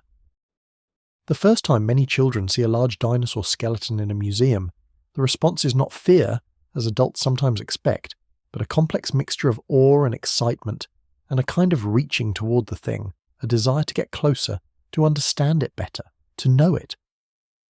This reaching is one of the most characteristic human responses to genuine wonder, and it is worth paying attention to because it tells us something important. The desire to get closer to what astonishes us is the foundation of science, of art, of philosophy, of every sustained human inquiry into the nature of things. The child reaching toward the dinosaur skeleton is doing, in its own way, exactly what the paleontologist does when they spend 40 years of their professional life digging bones out of rock in difficult terrain. The drive is the same, the scale and the method are different. Museums have understood at their best that what they are offering is not just information but experience. The experience of being in the presence of real things from the real world, things that cannot be fully conveyed by any photograph or any screen, because the physical presence of the thing itself is part of what it offers. A cast replica of a Tyrannosaurus skull, however well made, does not have the same effect as the actual skull, which carries in its mineralized substance the direct physical connection to an animal that was alive 66 million years ago. The atoms of the actual thing were part of the actual animal. That is not true of any reproduction, however accurate. And the human response to the actual thing registers this distinction, even when the conscious mind is not aware of making it. The mythology that has grown up around dinosaurs in the century and a half since their discovery is one of the most interesting and most revealing cultural phenomena of the modern world. The dinosaur as cultural symbol has been used for an extraordinary variety of purposes, as a metaphor for obsolescence, for things that are doomed by their failure to adapt to changing conditions, as a metaphor for impressive but ultimately unsustainable power, as an emblem of the deep past and of the forces of geological time, as a source of aesthetic inspiration for everything from architecture to fashion to film, as a vehicle for exploring human anxieties about technology, about nature, about the limits of control. The dinosaur as cultural symbol is remarkably versatile, which is itself a sign of the depth and breadth of the fascination it triggers. The word dinosaur has entered the common vocabulary as a synonym for something that is outdated, that belongs to a past that is definitively over, that has failed to keep pace with change. This usage reflects a particular reading of the extinction story, one that emphasizes the failure of the dinosaurs to survive rather than the 65 million years of extraordinary success that preceded the failure. It is worth pushing back on this reading, not just for the sake of paleontological accuracy, but because it reflects a misunderstanding of what extinction is and what it means. The dinosaurs were not evolutionary failures, they were evolutionary successes of an almost unparalleled kind. They survived multiple previous extinction events, diversified into an extraordinary range of forms, occupied every major terrestrial ecological niche for 165 million years, and ultimately gave rise to a lineage that is still going strong in the form of birds. The fact that a sudden catastrophic impact from space ended the non-avian branch of their lineage says nothing about their fitness or their adaptability. It says something about the unpredictability of the universe. The dinosaur as symbol of awesome power and impressive scale, on the other hand, captures something real. The large dinosaurs were genuinely impressive physical presences in a way that few other animals in the history of life have been. The largest sauropods were so far beyond the scale of modern land animals that even our best informed imaginations probably fall short of capturing what it would have felt like to be in the physical presence of one. An animal 100 feet long and 70 or 80 tons, moving through a landscape with the unhurried confidence of something that nothing threatens, is a different order of experience from anything available in the modern world. The scale matters not just for its own sake, but for what it implies about the world that could sustain such things, a world of extraordinary productivity and biological abundance. The myth of the dinosaur is also, at its deepest level, a myth about time, about the way that time is not uniform, that it has different qualities at different scales, that the deep past is genuinely different from the recent past and from the present, in ways that go beyond mere distance. The dinosaurs stand at one of the great hinges of time, before the impact and after it, and they mark a division in the history of life on Earth that is felt even by people who know nothing of the specific details. Something important ended when the non-avian dinosaurs disappeared. Something equally important began. The hinge point is real, and the myth of the dinosaur honours its reality by treating the creatures that stood on both sides of it as worthy of sustained and serious attention. All the lights in the museum hall have dimmed now, the way they do after closing time, and the great skeletons stand in the half-light with a quality of presence that is different from their daytime aspect. Less theatrical, more intimate, more themselves. They are not performing anything. They are simply there, as they have been for millions of years in the Earth, and for a century and a half in these halls, carrying their patient and incomprehensible message from a world that is gone. The message is always the same. We were here. We were real. This world that you inhabit was ours before it was yours, and in some forms, in the birds that carry our lineage forward into your time, it still is. Somewhere in the world right now, as you lie in the quiet of your room and this story moves softly through your mind, someone is finding a dinosaur. Not necessarily at this exact moment, though the odds are better than you might think given how many paleontological expeditions are active at any given time across the globe. But regularly, persistently, with a frequency that would astonish most people who have not followed the field closely in recent decades, new dinosaur specimens are coming out of the rock, new species are being described, and the picture of the ancient world is being revised and deepened and in some cases fundamentally redrawn.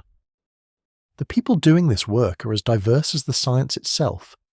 Professional paleontologists at universities and museums, working in the field during the summer and in the laboratory for the rest of the year, painstakingly removing matrix from around delicate bones with tools that range from air scribes to dental picks to, in some cases, electron microscopes.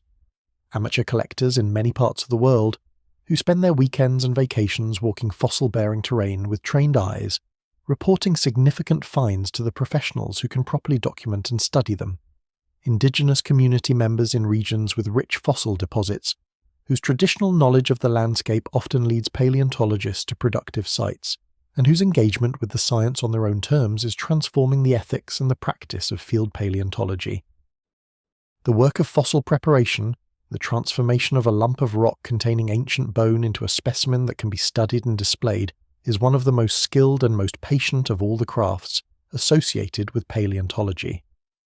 A skilled preparator working on a delicate specimen may spend hundreds or thousands of hours on a single bone, removing matrix a grain at a time with instruments that have not changed much in principle since the 19th century, even if they have improved enormously in refinement. The work requires a combination of scientific knowledge, technical skill, and a particular quality of patience and attention that is genuinely rare. I want to spend a moment with what it is like to do this work, because I think it illuminates something important about the human relationship with the deep past.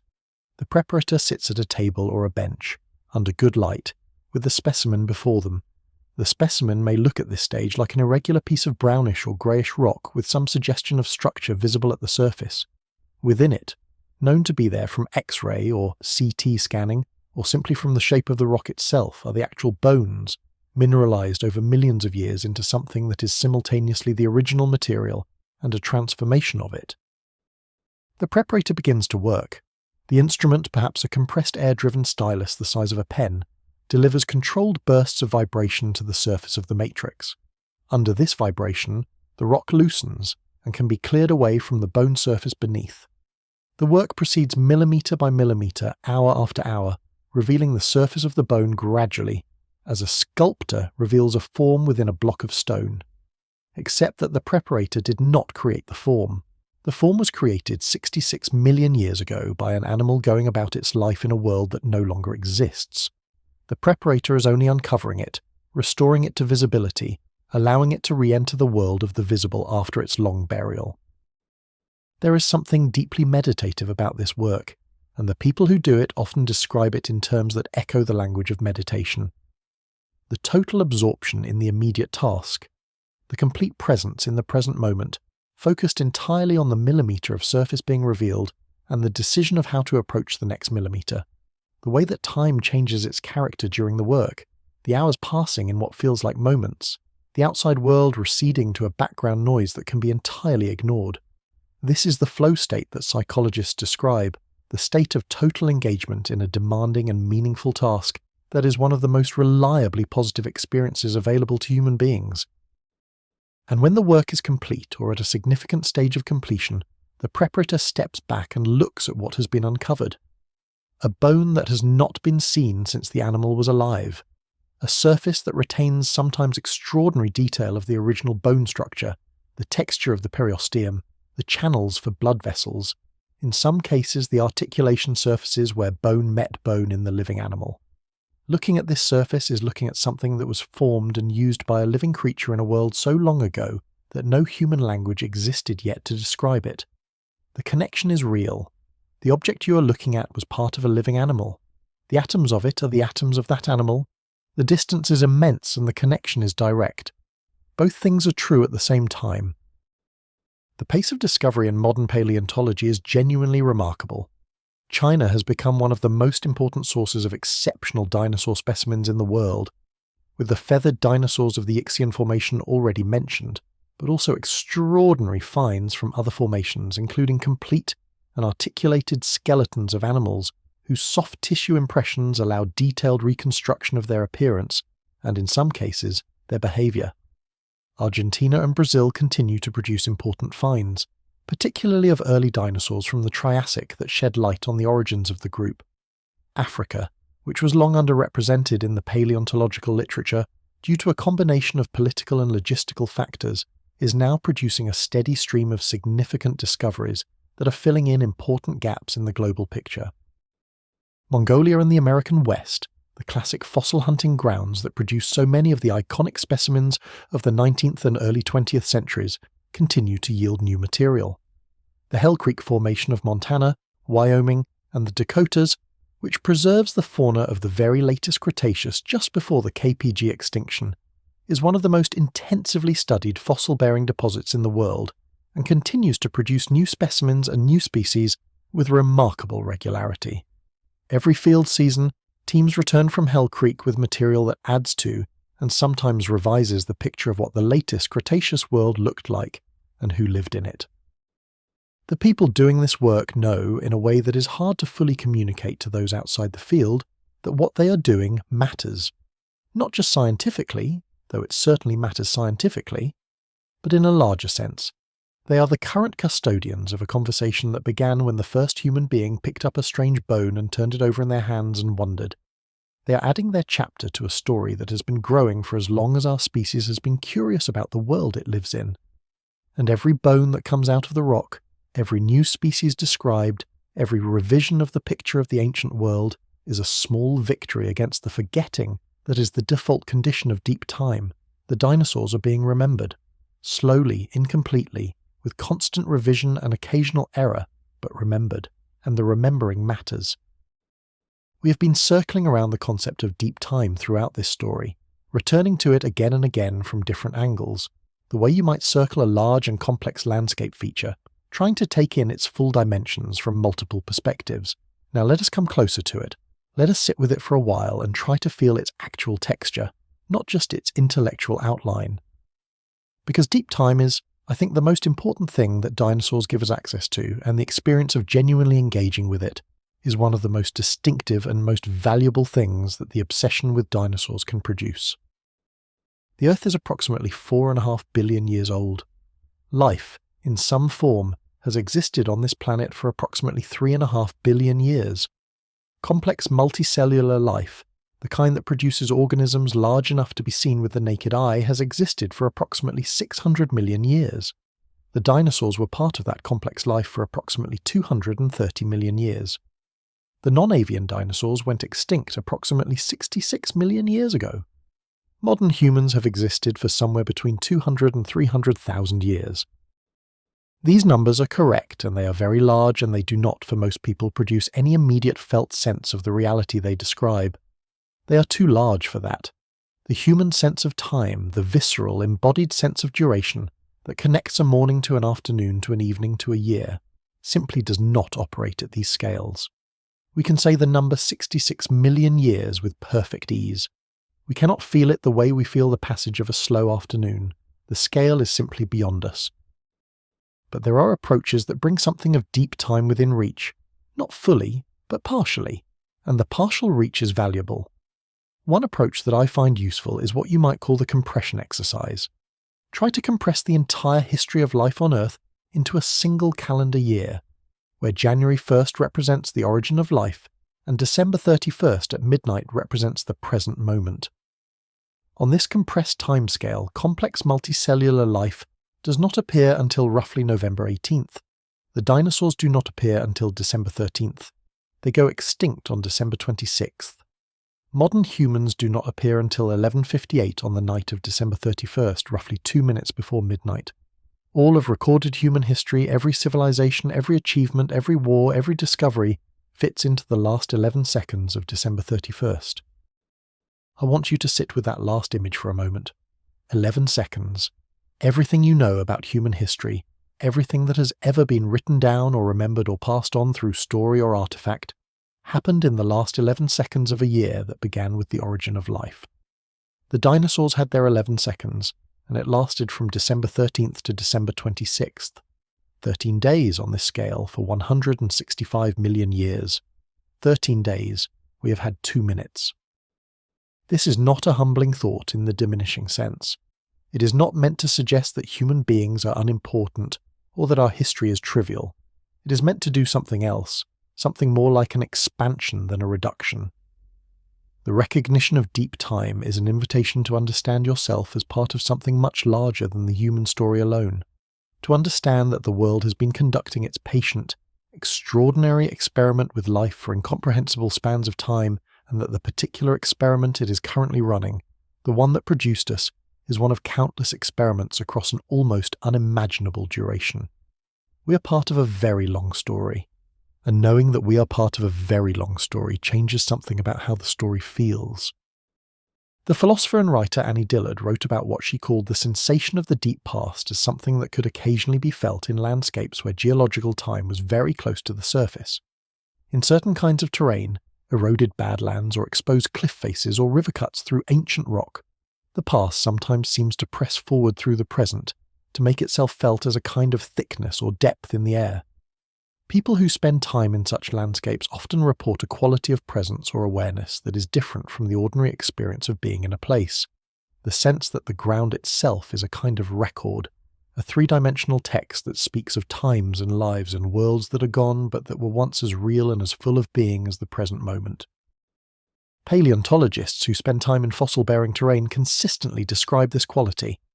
The Badlands of Montana and South Dakota, where the rock is often a beautiful banded pattern of pale tan and grey and rust red, eroding continuously as water and wind wear away the softer material and expose whatever harder things are hidden within, have a quality of ancient presence that visitors often feel immediately.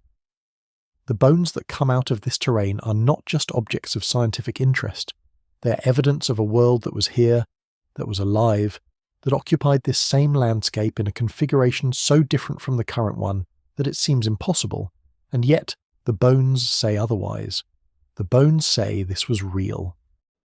The obsession with dinosaurs is partly an obsession with this quality of presence, with the sense that the past is not purely gone, not purely inaccessible, but that it persists in some form in the landscape and in the organisms that carry the legacy of ancient lineages in their bodies.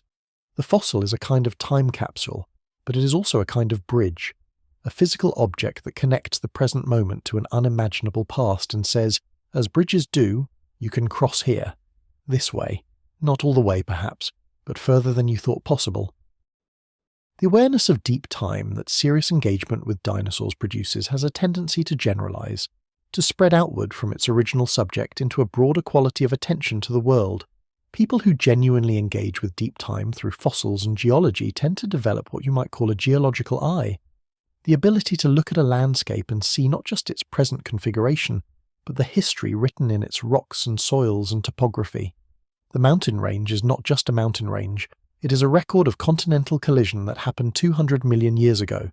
The flat plain is not just a flat plain, it is the bed of an inland sea that is now 100 million years gone. The cliff face is not just a cliff face, it is a book, open to anyone who has learned enough of the language to read it.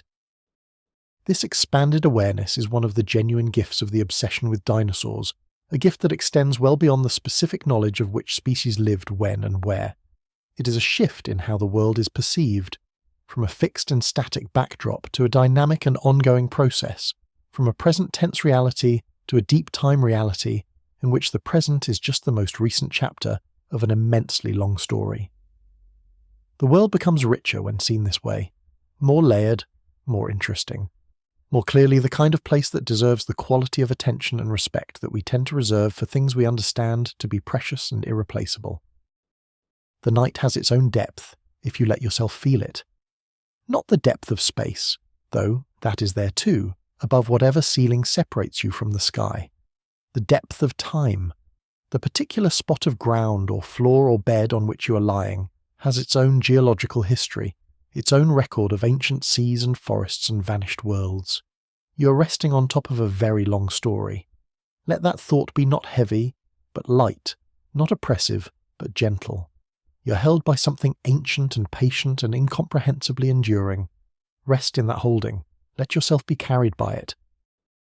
I want to spend some time now with a dimension of the dinosaur obsession that is rarely discussed explicitly, but that I think is one of its most important and most human aspects, the grief dimension. The fact that part of what makes dinosaurs so compelling is that they are gone, truly and irreversibly gone in the form that most captivates us, and that their goneness is a loss that the human mind responds to with something that resembles grief, quiet and not distressing, but real. Loss is one of the central experiences of conscious life. We lose people we love, and we lose versions of ourselves, and we lose places and ways of life and beliefs that once organized our world. The capacity to grieve these losses, to feel their weight and to carry that weight over time is one of the things that makes us human. It is connected to the capacity for attachment, which is also one of the things that makes us human.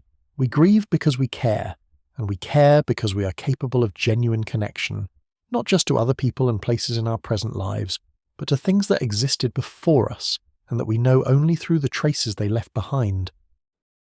The loss of the dinosaurs is a loss of a particular and unusual kind. It is a loss that occurred 66 million years before any human being existed to experience it. No human being has ever known a world with non-avian dinosaurs in it.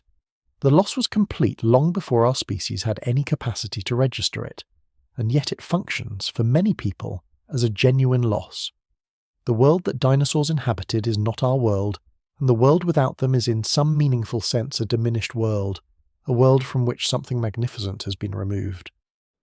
Children who go through an intense dinosaur phase often experience something that can only be described as grief when they first fully understand that the dinosaurs are extinct, that they are not just in a faraway place or a hidden landscape, but genuinely gone, that no living person will ever see a triceratops or hear the call of a hadrosaur echoing across an ancient delta.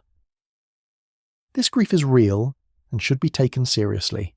It is not a confusion or an immature response to an abstract fact. It is a genuine emotional response to a genuine loss, and it demonstrates, in children as young as 3 or 4, a capacity for empathy and grief that extends beyond the personal and the immediately present to encompass the ancient and the no longer living. The grief is complicated by the knowledge that the extinction was not caused by any human action, that it preceded our species by an enormous margin, that it was in fact a necessary precondition for the evolutionary history that eventually produced us. If the non-avian dinosaurs had not gone extinct 66 million years ago, the mammals would not have diversified in the ways they did, the primates would not have evolved in the ways they did, and the particular sequence of events that produced our species would not have occurred. We exist in some sense because the dinosaurs died. This creates a strange and uncomfortable relationship to the grief. To mourn the loss of the dinosaurs is in some sense to mourn the precondition of your own existence. It is to wish for a world in which you would never have been. And yet the grief persists, because these things are not logical in the ordinary sense. Grief does not operate according to the logic of necessity. The fact that the loss was necessary for something valuable does not make it not a loss. The world that existed before the KPG extinction was a full and magnificent world, and the world that came after was a different full and magnificent world, and both things are true. We can be glad to exist and simultaneously sorry that the Triceratops is gone without any contradiction, because the emotional response to loss is not obligated to be consistent with the intellectual understanding of necessity. The paleontologist and popular science writer Stephen Jay Gould wrote extensively about what he called the tragedy of deep time, the fact that the vast majority of all the species that have ever lived are extinct, that the history of life on Earth is largely a history of vanishing, of extraordinary creatures appearing and flourishing and then disappearing, leaving behind only fragmentary evidence of their existence. He did not mean this as a counsel of despair. He meant it as an invitation to a different kind of appreciation, one that values what exists not just instrumentally, not just for what it provides to us, but in itself, for the irreplaceable strangeness and beauty of each particular form of life. The appreciation that comes from understanding that all forms are temporary, all forms are precious, and all forms deserve to be seen and known and in some sense mourned when they are gone. The obsession with dinosaurs is, at its deepest level, an expression of this appreciation. It is a sustained act of attention to things that are gone, a refusal to let the past be simply past, a commitment to keeping alive, through imagination and knowledge and story, the reality of worlds that have ended. This is not nostalgia, which is a longing for the past that is ultimately about the present. It is something else, something more genuinely oriented toward the past itself, toward the extraordinary reality of all those lives and all those worlds that preceded ours and that we can only know in shadow. It is a form of love, extended across an immensity of time. You are very nearly asleep now, I think. The thoughts are becoming less like thoughts and more like feelings, less like sentences and more like atmospheres. This is the right place to be. The grief of the deep past is not a heavy grief. It is a soft one, like the ache that comes from watching something beautiful that you know will not last, but which is entirely beautiful in the moment of its passing. The dinosaurs passed. They passed a very long time ago, and the world they left behind eventually produced you, lying here in the dark, still in some way reaching for them across an interval of time that is beyond all comprehension, but that love and wonder and the stubborn human refusal to let the past be simply gone keeps trying to bridge, trying. Let the story settle now. Let it find its level in you, the way water finds its level, naturally without effort, seeking the lowest point and resting there. The night is at its deepest. The world outside is very still. And in this stillness, in this particular quality of late-night quiet, something is possible that is not available at other times. A softening of the boundary between the known and the imagined, between the present and the past, between what can be seen and what can only be felt. Let yourself imagine for a moment with the loose and generous imagination of someone on the edge of sleep, a world very different from this one. A world 100 million years old, on a warm morning in what will one day be called North America, though that name does not exist yet and will not for an inconceivable span of time. The landscape is a broad, shallow coastal plain, cut through by river channels that wind toward a warm inland sea. The light is golden, the same light that falls on everything that has ever lived on this planet, the same sun, the same photons, the same warmth on every surface they touch. Something is moving through the trees at the edge of the plain, not something threatening, not something loud, something large, moving with the unhurried confidence of an animal that has nothing to fear in this landscape because it is fully at home in it.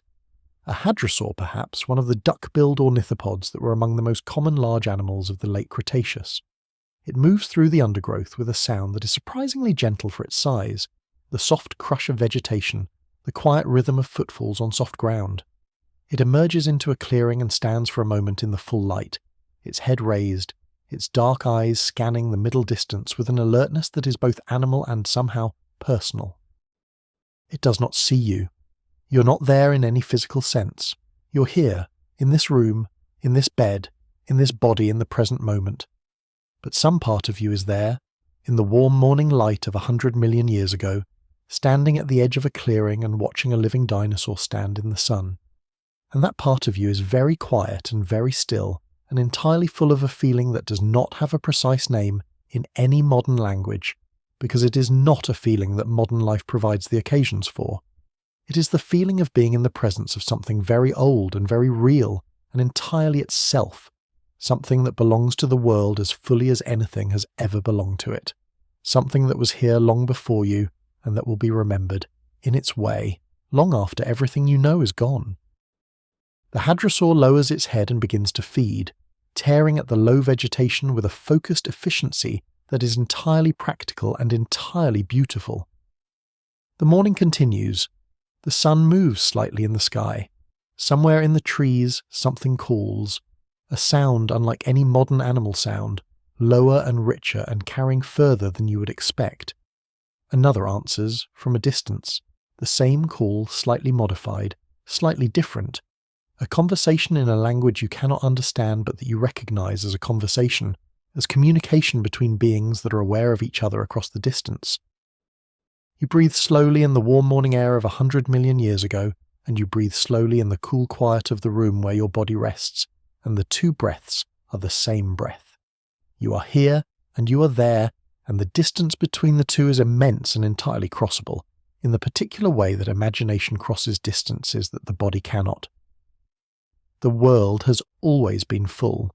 The world has always been alive. The particular forms of the fullness and the aliveness have changed, are always changing, will always change. But the fullness itself persists. The aliveness itself continues.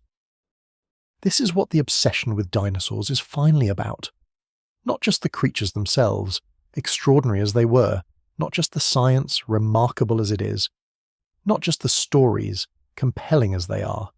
It is about the fundamental fullness of the world. The fact that the world has been extravagantly, overwhelmingly, almost incomprehensibly full of life and form and experience for longer than any number can adequately convey. The fact that you, lying here now in the quiet of the night, are part of that fullness.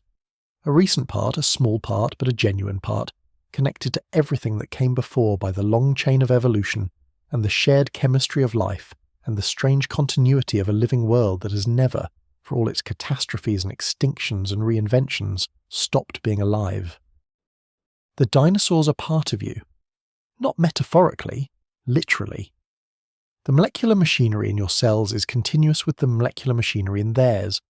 The basic processes of respiration and reproduction and repair that keep your body alive are the same processes that kept their bodies alive, conserved across hundreds of millions of years of evolution, because they work too well to be replaced. You are the current expression of a lineage that was already ancient when the first dinosaur took its first breath. Everything that came before you is in some sense your ancestor. Everything that comes after you will be in some sense your descendant. Sleep is very close now. You can feel it in the heaviness of your eyelids, the looseness of your muscles, the way the thoughts are drifting and softening and becoming less distinct. Let them go. Let the images of the story dissolve into the pleasant formlessness of pre-sleep, where everything is possible and nothing is required. The hadrosaur in the clearing, the golden light of 100 million-year-old morning, the bones coming out of the rock into patient hands, the crow on the fence post turning its head with that quick, intelligent dinosaurian attention to the world, the child looking up at the skeleton in the museum hall, the door in the mine that opens onto something enormous and ancient and beautiful. Dream of deep time tonight. Dream of the long story of which you are the most recent sentence. Dream of the creatures that walked this world before you and that left their shapes in the rock for you to find. Dream of the world that was here, full and alive and extraordinary before any human eye opened on it, and that is still here, changed beyond recognition, but continuous with itself, still carrying in its bones and its rocks and its living organisms the memory of everything it has ever been. There is a profession that most people have never heard of, but that plays an essential and deeply human role in the ongoing obsession with dinosaurs. Paleoartists, the people who take the scientific evidence assembled by paleontologists and translate it into visual and sometimes three-dimensional representations of ancient life. These artists occupy a unique creative space at the intersection of science and imagination, working with rigorous attention to the evidence while exercising the interpretive freedom that the evidence always requires. Their work is neither pure science nor pure art, but something genuinely distinct, a practice that has its own long history and its own evolving standards and its own remarkable practitioners.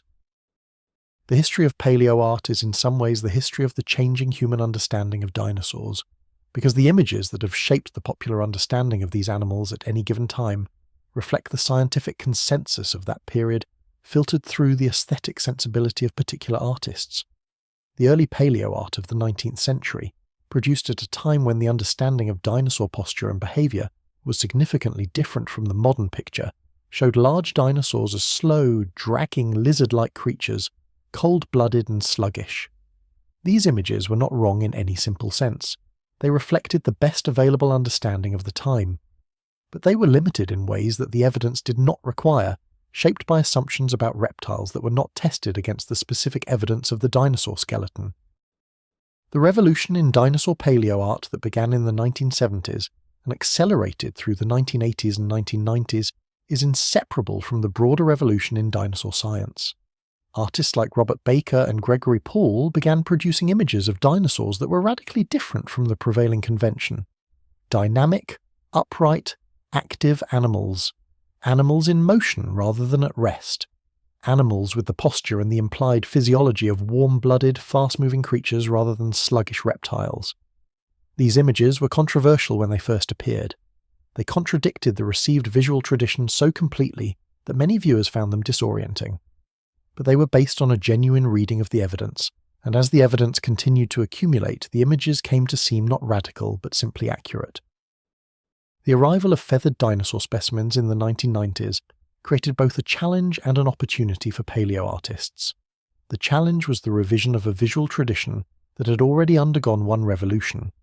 Now dinosaurs were not just active and warm-blooded. Many of them were feathered, covered in structures that ranged from simple, quill-like filaments to elaborate display plumes. This was, for many viewers, the hardest revision to accept. The mental image of a velociraptor as a scaly, lizard-like predator was firmly enough established that replacing it with a feathered animal felt like a kind of diminishment, a reduction of the menace and the exoticism that made the animal so compelling. The paleoartists who worked through this transition had to find ways to show feathered dinosaurs as genuinely impressive and genuinely dangerous, not in spite of their feathers, but through them. Some of the most beautiful paleoart ever produced emerged from this challenge.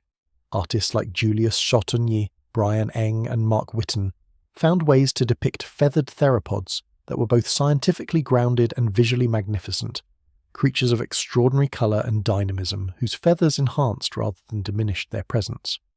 The feathered dinosaurs of modern paleoart are in many cases more vivid and more immediately compelling than the scaly versions they replaced, because feathers allow for the kind of colour and texture that scales generally do not. The artistic challenge became an artistic opportunity, and the result has been a transformation of how dinosaurs look in the public imagination that is still working itself out. The best paleoart does something that pure scientific description cannot do. It makes the animal present. It creates the experience of being in the same space as the creature, of sharing its world if only for the duration of a glance. A great paleoartist painting a Cretaceous scene is doing for the visual imagination what the storyteller does for the verbal imagination, constructing a space in which the extinct becomes temporarily and vividly alive, in which the distance of deep time is bridged by the power of skilled representation. The image says this is what it looked like. Not exactly, not with the certainty of a photograph, but with the considered and informed approximation of a mind that has thought deeply about the evidence and given it form. Digital technology has transformed what is possible in paleoart in ways that are still unfolding. Three-dimensional rendering software allows artists to build dinosaurs as complete digital sculptures and then place them in digitally constructed ancient environments, with lighting and atmosphere that can be adjusted to achieve exactly the desired effect. This technology is what made the dinosaurs of Jurassic Park possible, and what continues to drive the visual effects in every subsequent dinosaur production. But the best digital paleoart is not just technically impressive. It retains the quality of informed imagination that distinguishes great paleoart from mere illustration, the sense that the image is the product not just of technical skill but of genuine thought about what the animal was and how it lived. The relationship between paleoartists and paleontologists has always been, at its best, genuinely collaborative. The artist needs the scientist to keep the interpretation grounded in the evidence.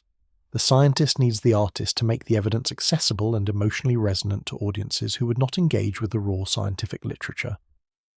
The best paleoart emerges from a dialogue between these two kinds of knowing, the evidential and the imaginative, and the result is images that are both more accurate and more powerful than either pure science or pure imagination would produce alone. This collaboration models something important about the relationship between science and the humanities more broadly. The impulse to understand the past is both scientific and humanistic, both evidential and imaginative. The fossil is a fact that requires interpretation to become meaningful. The interpretation requires both disciplined attention to the evidence and the imaginative capacity to construct, from that evidence, something that has the quality of lived reality rather than mere information.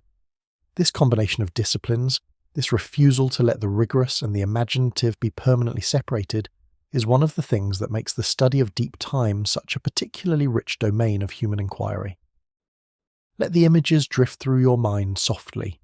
The painted landscapes of the deep past, the long-necked sauropods moving through Jurassic forests, the crested hadrosaurs at the edge of an ancient sea, the small feathered theropods moving quick and bright through the Cretaceous undergrowth.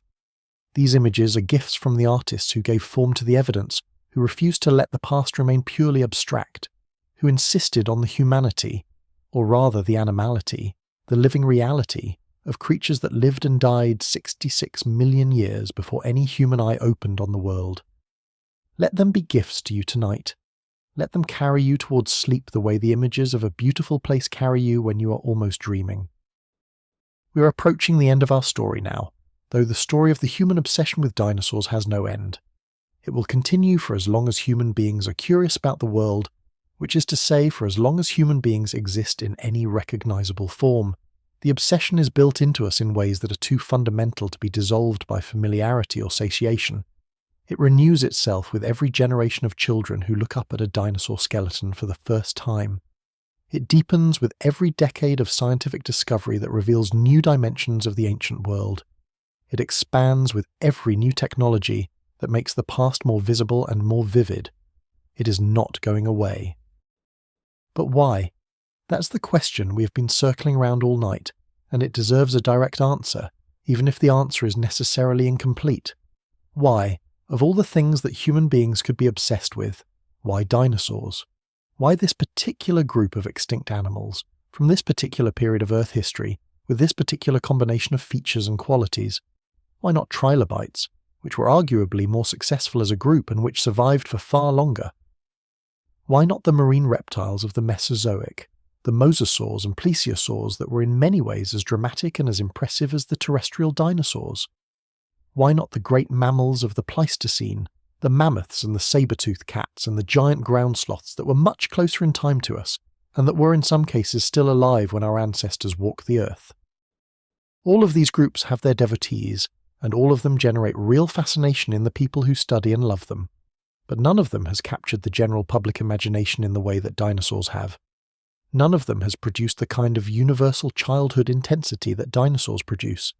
None of them has generated the cultural industry, the films and the toys and the museums and the video games and the popular science books and the dedicated television programming that dinosaurs have generated. The dinosaur obsession is genuinely different in kind, not just in degree. I think the answer lies in a particular combination of qualities that no other group of extinct animals quite matches. First, scale. The large dinosaurs were simply very big enough that their scale is physically felt in the presence of their remains, big enough that the imagination is genuinely stretched to accommodate them. This physical scale is one of the most reliable triggers of awe, and awe is one of the most powerful and most memorably positive emotional experiences available to human beings. We reach for awe, we want it, we return to the things that provide it. Second, variety. The dinosaur lineage encompasses such an extraordinary range of forms that there is something in it for every kind of mind. The person drawn to engineering and biomechanics has the giants, whose structural solutions to the problem of supporting enormous bodies are fascinating in their own right. The person drawn to behaviour and cognition has the advanced theropods, with their complex social structures and their relative intelligence. The person drawn to ecology and evolutionary biology has the full sweep of the Mesozoic, 165 million years of interacting species in changing environments. The person drawn to aesthetics has the extraordinary variety of shapes and colours and structures that the dinosaur lineage produced. There is no dead end in dinosaur science. Every door opens onto more doors. Third, mystery. Despite a century and a half of increasingly sophisticated study, the dinosaurs remain genuinely mysterious in ways that matter. We cannot hear their voices. We cannot know their precise colours except in a few feathered species. We cannot fully reconstruct their behaviours, their social structures, their inner lives. We cannot know what it felt like to be a Tyrannosaurus looking out from behind those eyes at a Cretaceous landscape. The mystery is not a failure of science. It is the nature of the evidence, which preserves some things and not others, which allows some inferences and not others. The mystery is part of what keeps the fascination alive, because a mystery is by definition something the mind cannot rest in, something it must keep reaching toward. Fourth, and perhaps most importantly, relevance. Dinosaurs are relevant to the world we live in, not as curiosities or spectacles, but as evidence about the nature of life on Earth and the forces that shape it. The story of the dinosaurs, from their modest beginnings as marginal Triassic reptiles to their extraordinary rise to dominance to their catastrophic extinction, is a story about resilience and vulnerability, about the role of contingency in shaping the history of life, about the ways that catastrophic events can be both destructive and generative. These are not merely ancient stories. They are stories about the world we live in and the forces that shape it. We are inside the same system that produced the dinosaurs and ended them. We are subject to the same forces. The story of the dinosaurs is, in the deepest sense, our story too. The climate change that ended the non-avian dinosaurs was caused by an asteroid impact rather than by greenhouse gas emissions. But the mechanism, the disruption of the food web through the blocking of photosynthesis, is instructively similar to some of the scenarios that climate scientists describe when they model the potential consequences of rapid warming or of nuclear winter scenarios.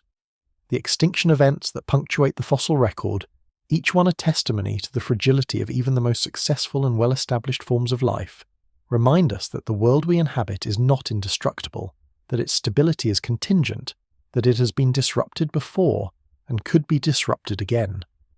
These are not comfortable thoughts, but they are important ones, and the fact that they come to us through the story of the dinosaurs, framed in the language of deep time and filtered through the wonder that the ancient creatures inspire, makes them more accessible and more emotionally resonant than they would be if they arrived purely as abstract scientific claims. This is the deepest reason, I think, why the obsession with dinosaurs is not just a cultural preference or a developmental quirk, but something genuinely valuable to the human mind and to human society. The dinosaurs give us access to deep time in a form that the imagination can engage with and the emotions can respond to. They make the past real and present and relevant in ways that purely abstract historical or scientific information cannot. They keep alive the human capacity for wonder at the scale and strangeness of the world. They remind us, with extraordinary power, and without requiring any effort on our part beyond simple attention, that the world is old, and that it has seen things we can barely imagine, and that it will continue long after we're gone. These are the reminders that a culture needs to maintain its perspective, its humility, and its sense of the preciousness and the fragility of the world it inhabits. The obsession will not end because the need it serves will not end. As long as human beings are capable of wonder, as long as the capacity for awe is part of the human repertoire, as long as the imagination reaches toward the large and the ancient and the mysterious, the dinosaurs will hold us in their spell. They were here before us. They will be remembered long after most of what we have built has returned to dust. They belong to the world in a way that goes deeper than any particular human civilization or any particular moment of cultural history. They are part of the oldest story the Earth tells about itself, and we, lying in the dark on a small planet in an unremarkable corner of a very large universe, are still listening. There is one dimension of the ancient world that we will almost certainly never recover, and that loss is among the most poignant of all the things that time has taken from the dinosaur world. We will never hear them. We can reconstruct their shapes from their bones. We can infer their colours from their melanosomes. We can read their behaviours in their tracks and their bone beds and their nesting sites. But the sounds they made, the voices of the Cretaceous, are gone as thoroughly as if they had never existed. The rock records form and sometimes colour and occasionally chemical composition, but it does not record sound. The ancient world was silent long before the first human ear existed to wish it were otherwise. And yet we know, from physics and from biology, that the ancient world was not silent. It was full of sound. The hadrosaurs with their elaborate hollow crests almost certainly used those crests as resonating chambers, producing low-frequency calls that could carry considerable distances through the warm Cretaceous air. Researchers have modelled the acoustic properties of some crested hadrosaur skulls, and produced speculative reconstructions of the sounds they might have made. The results are eerie and beautiful and completely unlike any modern animal sound. Somewhere between the low bellow of an elephant and the resonant tone of a didgeridoo, filtered through the particular geometry of a skull shaped by millions of years of evolution in a world we cannot fully imagine. The theropods almost certainly communicated vocally as well. Modern crocodilians, which are the closest living non-avian relatives of dinosaurs, produce a wide range of vocalizations, from the deep bellows of large adults to the high chirping of hatchlings calling to their parents. Modern birds, of course, are among the most vocal animals on Earth, with a range of calls and songs that spans an extraordinary variety of frequencies and complexities. The dinosaurian lineage is bookended by highly vocal animals, which strongly suggests that the animals in the middle of the lineage were also vocal, though the specific characteristics of their vocalizations are beyond recovery. Imagine standing at the edge of the ancient delta on a warm Cretaceous morning and hearing the world as it then was. Not silence, not the absence of sound, but a world of sounds completely unlike any modern soundscape. The calls of hadrosaurs in the distance, low and resonant, carrying across miles of flat coastal plain. The higher calls of smaller theropods in the forest edge, communicating things that can only be guessed at. The sounds of pterosaurs overhead, whatever sounds they made, which we have essentially no direct evidence for, but which their highly social lifestyles suggest were probably complex. The insects, which were probably producing sounds similar in some ways to modern insects since the physics of insect sound production has not changed. The wind in the conifers and the cycads, a sound that is probably not so different from the wind in modern forests. The water of the ancient delta, moving over its channels in ways that water has always moved. Some of these sounds would be familiar, others would be entirely foreign, evidence of a world that ran on a different acoustic register from any world we have ever inhabited. The silence of the fossil record is one of the things that keeps the past from becoming fully present, that maintains the distance that no amount of scientific work can entirely close. We can look at the ancient world. We can, in a sense, smell it through the chemistry of its rocks. We can feel the shapes of its creatures in the weight of their bones in our hands. But we cannot hear it, and the hearing would have been, I think, the most intimate form of access, the sense that most powerfully creates the feeling of being in a place with living things. The sounds of the dinosaur world are the sounds we will never recover, the most personal and irretrievable loss of the deep past. This makes the birds all the more precious in a certain way. Every bird call in the modern world is in a sense the faint echo of sounds that were part of the world for 150 million years before our species existed. The morning chorus in a modern forest is the latest version of a kind of acoustic landscape that has been part of the world since the first birds evolved in the Jurassic, a lineage of sounds extending back into a past that we can only reach by following the thread of birdsong backward through the generations. The robin singing in the early morning is not consciously carrying the legacy of its dinosaurian ancestors, but the physics of sound production and the nervous system that drives it are continuous with that ancient heritage. The song is genuinely old, in the way that all living things are old, continuous with the deep past through the unbroken chain of reproduction and heredity. If you wake in the early morning and hear birds before you are fully conscious, before the mind has assembled itself into its daytime configuration, there is a quality to that sound that sometimes feels genuinely ancient. Not in any mystical sense, but in the sense of something that was present in the world before you, and that will be present after you. something that belongs to the world in a way that individual lives do not. The bird is here in the morning because birdsong has been here in the morning for 150 million years, because the species that do not sing in the morning have, in general, survived less well than the species that do. The song is the product of that long selection, that patient sifting through the generations of what works and what does not. It is ancient.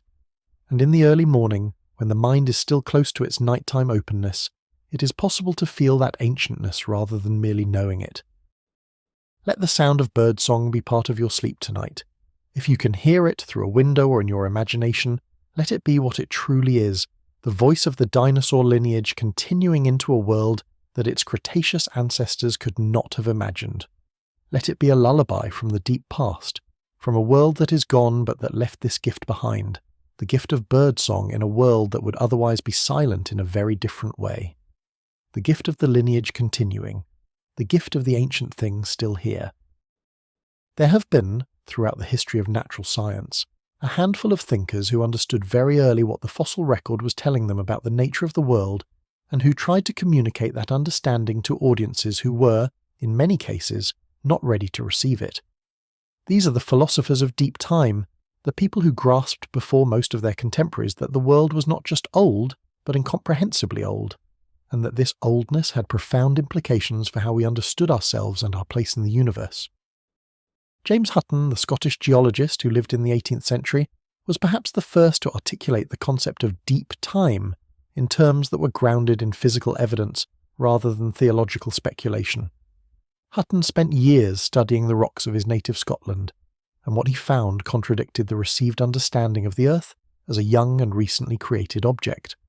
The rocks told a story of processes so slow and so vast that they required time on a scale that made human history vanishingly small. His phrase, which has become one of the most famous in the history of science, captures the essential quality of what he understood. The result is a world with no vestige of a beginning, no prospect of an end. A world that had been going on so long that its beginning was beyond recovery, and its end was beyond foresight. A world that was, in the deepest sense, not made for us, but that we found ourselves in. Charles Lyell, building on Hutton's foundations, spent his career demonstrating that the geological record was the product of processes operating at rates that made the young Earth chronology of biblical interpretation untenable. His work was essential to Darwin, who needed the deep time that Lyell's geology provided in order for natural selection to be a plausible mechanism for the origin of species. The two great revolutions of 19th century science, geological deep time and biological evolution, depended on each other in ways that are still sometimes underappreciated. You cannot have evolution without deep time. The processes are too slow to produce the observed diversity of life on any shorter timescale. The fossil record, which demonstrated both the reality of deep time and the reality of evolution, was the evidence that made both revolutions possible. Darwin himself was, in a certain sense, one of the great philosophers of deep time. His understanding of the pace of evolution, his insistence that the apparent stability of the living world was an illusion produced by the shortness of human observation relative to geological time, his intuition that most of what had ever lived was gone, and that the living world was the thin surface of an enormous iceberg of biological history. All of these were expressions of a genuinely new way of understanding the relationship between life and time. The living world was not finished and static. It was a snapshot of an ongoing process, and the process had been running for so long that the snapshot captured only the most recent moment of something incomprehensibly ancient. Stephen Jay Gould, who spent his career at Harvard studying the history of life through the fossil record, was perhaps the most eloquent of the modern philosophers of deep time. His essays, collected in a series of books that were widely read over several decades, consistently returned to the theme of contingency and evolution, the role of chance and historical accident in shaping the history of life. Gould argued, with great skill and with a genuine gift for making complex ideas accessible, that the history of life was not the progressive directional march toward increasing complexity and intelligence that popular understanding often assumed.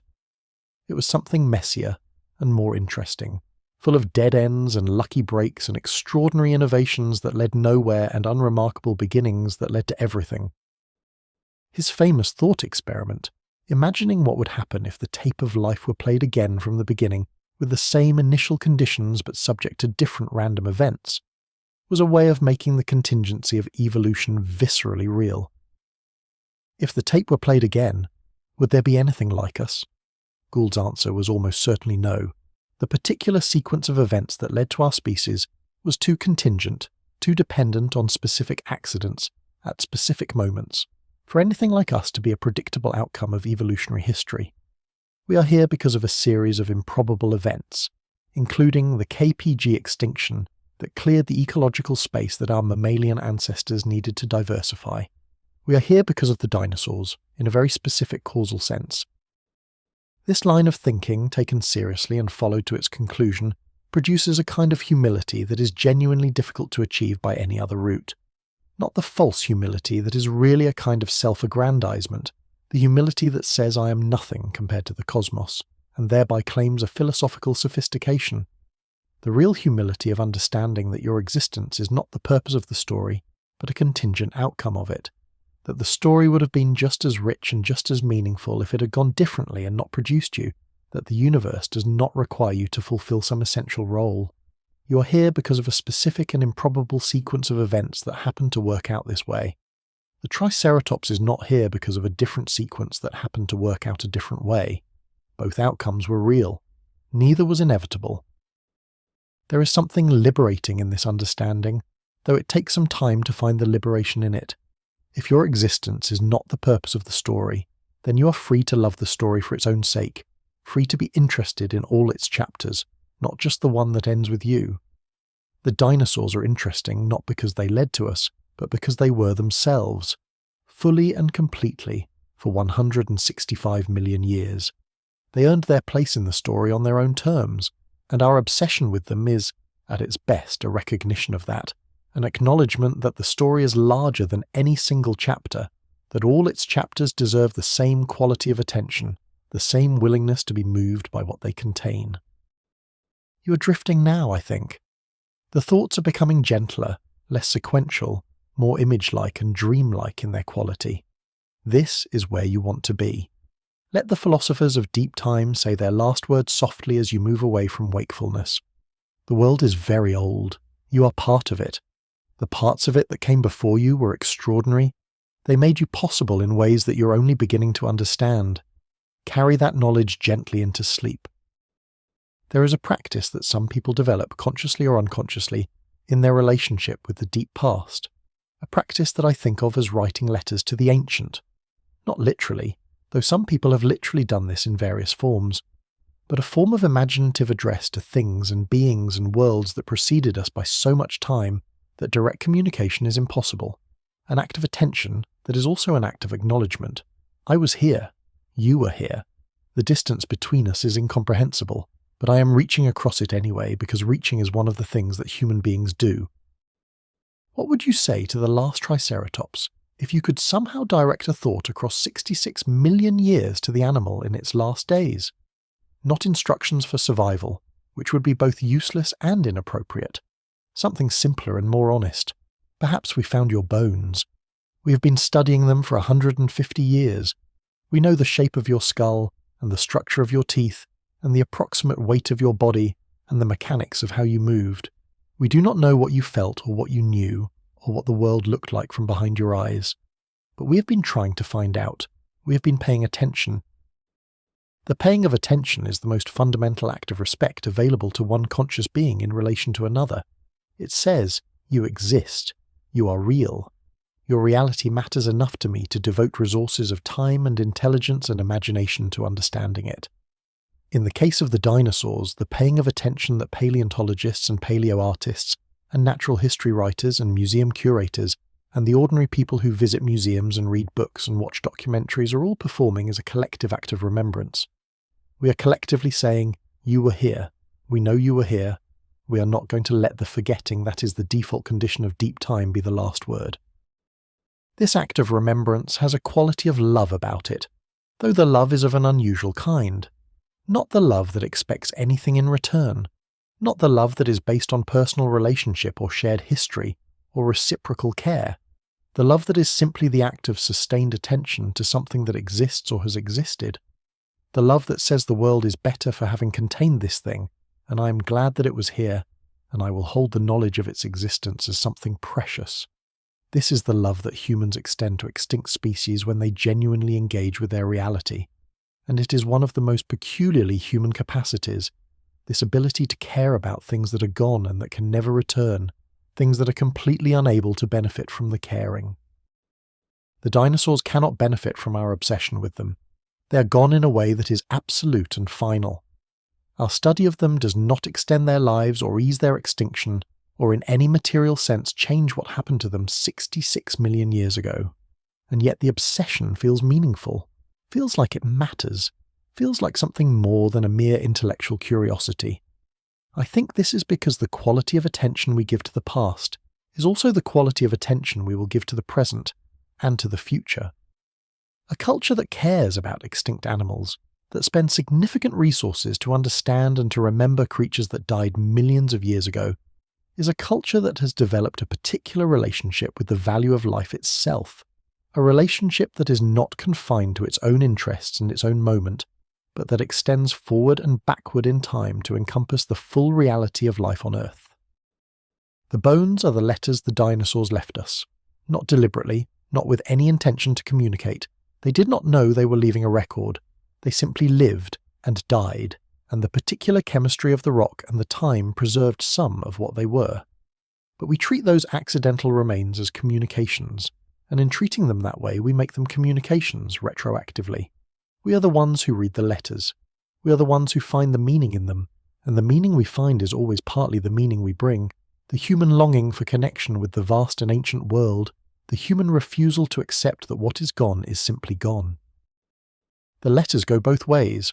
What we learn from the dinosaurs about the nature of life and time and change and resilience is a message that travels forward into our own understanding and our own choices.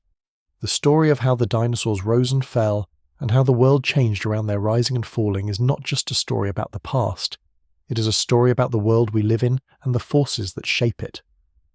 The message in the rock, read with sufficient patience and sufficient skill, is always partly about us, about what we are and how we came to be and what the world we inhabit is, and what it is capable of. The bones speak. The question is always whether we are listening. Listen now, not to any sound in the room around you, though that is real and worthy of attention. Listen to the particular quality of the late-night quiet, the quality of a world that has been old for 4.5 billion years, and that is old right now, even in this specific and current moment, old in the way that ancient things are old, carrying their history and their substance, continuous with everything that came before. The ground beneath your house has a history that goes back before the first human being stood on it. The air you are breathing has been breathed before by creatures whose names we do not know and whose bones we will never find. The light that came through your window today is part of a chain of light that has been illuminating this planet since long before life first appeared on it. You're surrounded by ancientness. You're made of it. Rest in that knowledge tonight. There are places in the world where the deep past is unusually close to the surface, where the rock underfoot preserves a record so rich and so well exposed that the ancient world feels almost present.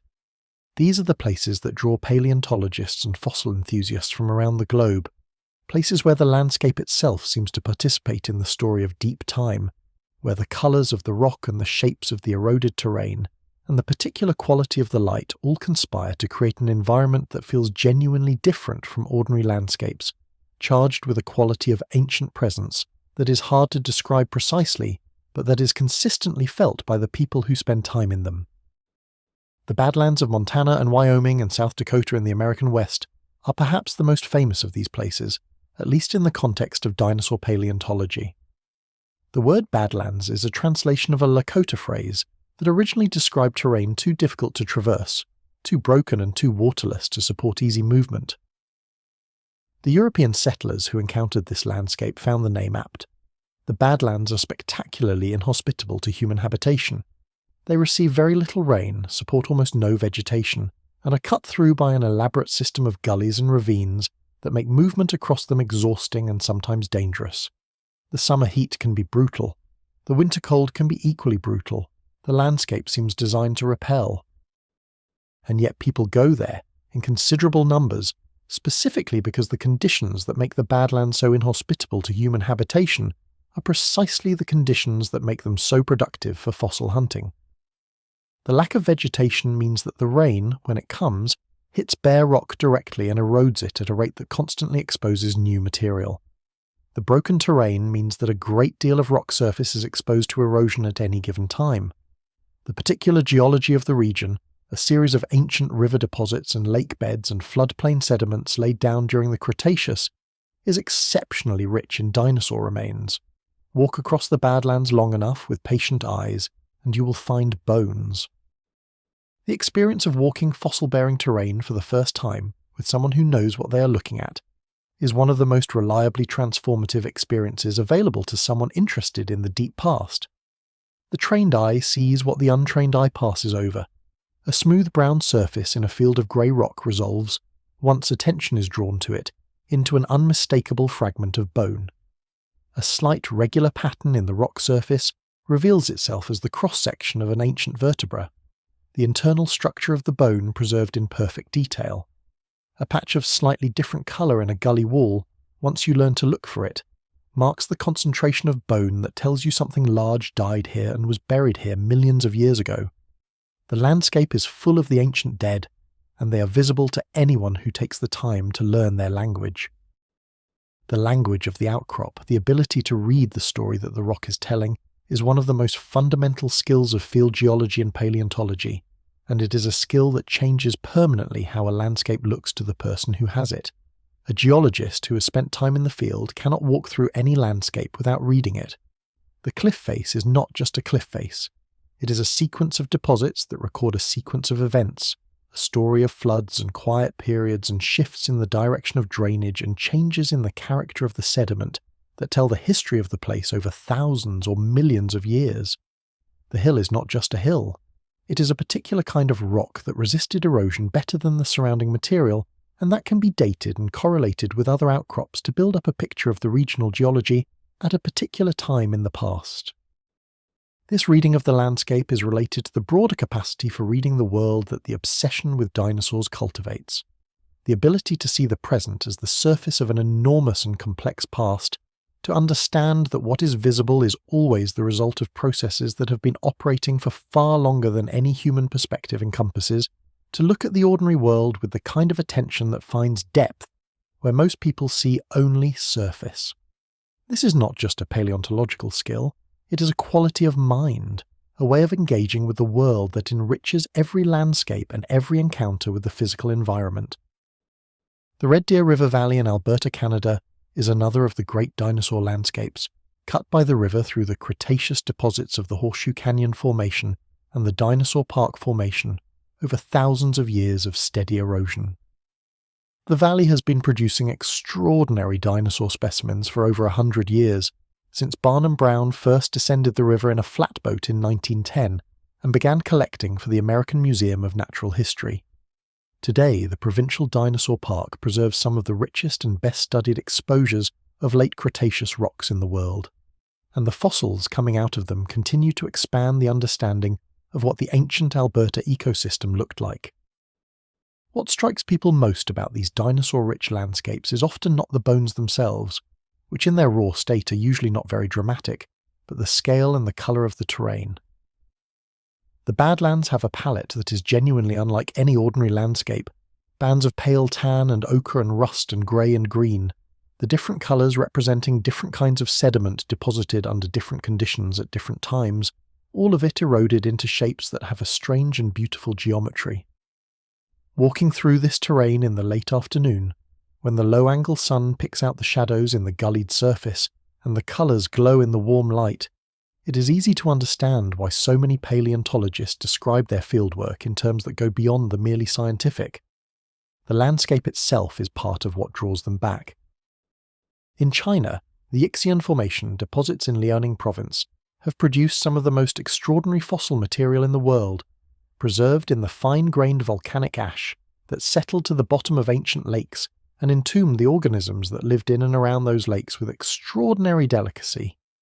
The feathered dinosaurs for which Liaoning is famous are not just scientifically remarkable. They are beautiful in a way that immediately communicates itself to anyone who sees them. The outlines of the feathers, soft and filamentous, preserved in dark carbon against the pale stone, give the specimens a quality of intimate detail that most fossils do not possess. You can see not just the shape of the animal, but something of its texture, something of the softness that was part of its living reality. These are not just skeletons, they are something closer to portraits. The people who walk these landscapes in search of the ancient dead are engaged in one of the oldest human practices, the practice of reading the world for signs of what has been. The hunter who reads tracks in the mud, the archaeologist who reads artifacts in the soil, the paleontologist who reads bones in the rock, are all doing the same fundamental thing, paying close attention to the evidence left by events and beings that are no longer present and using that evidence to reconstruct something of the reality that produced it. This is one of the most distinctively human abilities, and it is the foundation of both science and story. You can do your own version of this wherever you are. Any landscape contains evidence of its history, evidence that is there to be read if you learn the language. The shape of a hill, the composition of the soil, the particular mix of plants, the way the water moves.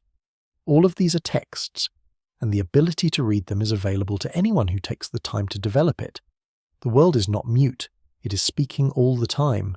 The question is always whether we are listening. Somewhere in the world tonight, a child is asleep with a dinosaur book open beside them, or a collection of small plastic dinosaur figures arranged with great care on a bedside table, or a drawing pinned to the wall that they spent the better part of an afternoon producing, a careful attempt to capture the shape of a creature they have never seen and will never see, but that they know in some other and perhaps more important sense than seeing. The child is asleep, but the passion that produced the book and the figures and the drawing is not asleep. It is resting, and when the child wakes it will be there, waiting to be fed with more information, more images, more encounters with the extraordinary world of the deep past. That child might become a paleontologist. Not all of them will, of course. The great majority will carry their childhood fascination with them into adult lives, organised around entirely different pursuits, and the fascination will become a background warmth rather than a driving force. But some of them will follow the fascination where it leads, and the ones who do will be the people who find the dinosaurs that have not yet been found, who describe the species that have not yet been named, who answer the questions that have not yet been asked because the evidence needed to formulate them has not yet come out of the rock. The history of paleontology is full of people who started where that child is now. Jack Horner, whose discoveries of nesting Maiasaura in Montana in the 1970s and 1980s transformed the understanding of dinosaur parental care, was a child with an extraordinary passion for fossils who struggled academically, but who knew the rocks in a way that no amount of formal education could have produced by itself. He went on to become one of the most important dinosaur paleontologists of his generation, not in spite of the passionate, obsessive engagement that began in childhood, but because of it. The child who cannot stop thinking about dinosaurs is not wasting their time. They are building something. Paul Sereno, whose expeditions to Africa in the 1990s produced a series of extraordinary finds including Jabaria and Sarcosuchus, the giant Cretaceous crocodile, grew up in a suburban Illinois neighborhood with no obvious connection to the world of fossil hunting. His childhood passion became an undergraduate degree, became a PhD, became a career that has taken him to some of the most remote and productive fossil-bearing terrain in the world. The path from the childhood passion to the adult career is not always straight, and it requires luck and support and a particular kind of persistence that not everyone finds easy. But the passion is where it begins, always. The child who cannot stop reading about dinosaurs is the adult who cannot stop looking for them. The dinosaurs that remain to be found are not minor additions to an essentially complete picture. The picture is far from complete. Some of the most fundamental questions in dinosaur paleontology remain open. What were the precise relationships between the major dinosaur groups? How did the various lineages of non-avian dinosaurs relate to the bird lineage during the critical period of the early Cretaceous, when flight was evolving? What were the behavioural and social systems of the large social dinosaurs like the ceratopsians and hadrosaurs? What happened in the Triassic during the critical period when the first dinosaurs were diversifying, in the parts of the world that remain poorly sampled by the fossil record? New methods of analysis are opening up questions that could not even be formulated a generation ago. Ancient proteins preserved in some exceptional fossils are beginning to yield information about the molecular biology of extinct animals that was previously entirely beyond reach. CT scanning allows the internal structure of fossils to be examined without physical preparation, revealing details of brain structure and inner ear anatomy and sinus systems that help reconstruct the sensory worlds of ancient animals. Geochemical analysis of fossil bone is yielding information about growth rates and metabolic rates, and even in some cases dietary habits. The tools are improving, the questions are deepening, the discoveries are accelerating. The children who are asleep tonight with their dinosaur books will, some of them, bring new tools to these questions that we cannot currently imagine. The history of science is consistently a history of the unexpected, of methods and technologies and conceptual frameworks that seemed impossible or irrelevant until they were not. The understanding of dinosaurs in 50 years will be as different from the current understanding as the current understanding is from the understanding of 50 years ago. The revolution is ongoing. The story is not finished. Think of that child asleep with the dinosaur book. Think of all the children in all the countries of the world, in all the generations that have already passed, who felt exactly what that child feels. The enormous pull of the ancient and the extraordinary. The desire to know, to understand, to get closer to the creatures that inhabited this world before any human mind existed to observe them. Every one of those children was participating in something that will not end, a human project of attention and curiosity and wonder that has been going on since the first person picked up a strange bone from the ground and turned it over in their hands. The project continues. You are part of it. The child is part of it. The paleontologist kneeling in the Badlands is part of it. We're all, in our different ways, doing the same thing, paying attention to the ancient world, refusing to let the forgetting be final, keeping the conversation going across the immensity of time. The night is very deep now. Your body is completely at rest, settled into the surface beneath you with the easy weight of someone who has nothing to hold them up. Let the thoughts slow. Let the images soften. Let the ancient world settle around you like a warm and patient darkness, like the darkness inside the rock before the bone is found. You are in the dark, and the dark is full of ancient things, and they are not frightening. They are old and patient and completely at peace with their situation, as old things tend to be. Let their peace be your peace. Let their ancientness be the ground you rest on.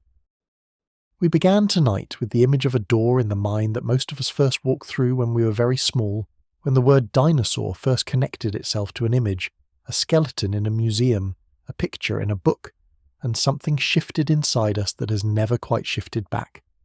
And now, having travelled through the long story of the obsession, from the first fossil finders of antiquity to the cutting-edge paleontology of the present day, from the psychology of awe to the philosophy of deep time, from the bone wars of the 19th century to the feathered dinosaurs of China, we are coming back to that door, coming back to look at it with the slightly different eyes that a long journey gives you. The door is still there. It has always been there, and it will always be there, for as long as the human mind retains its capacity for wonder, which is to say, for as long as there are human minds.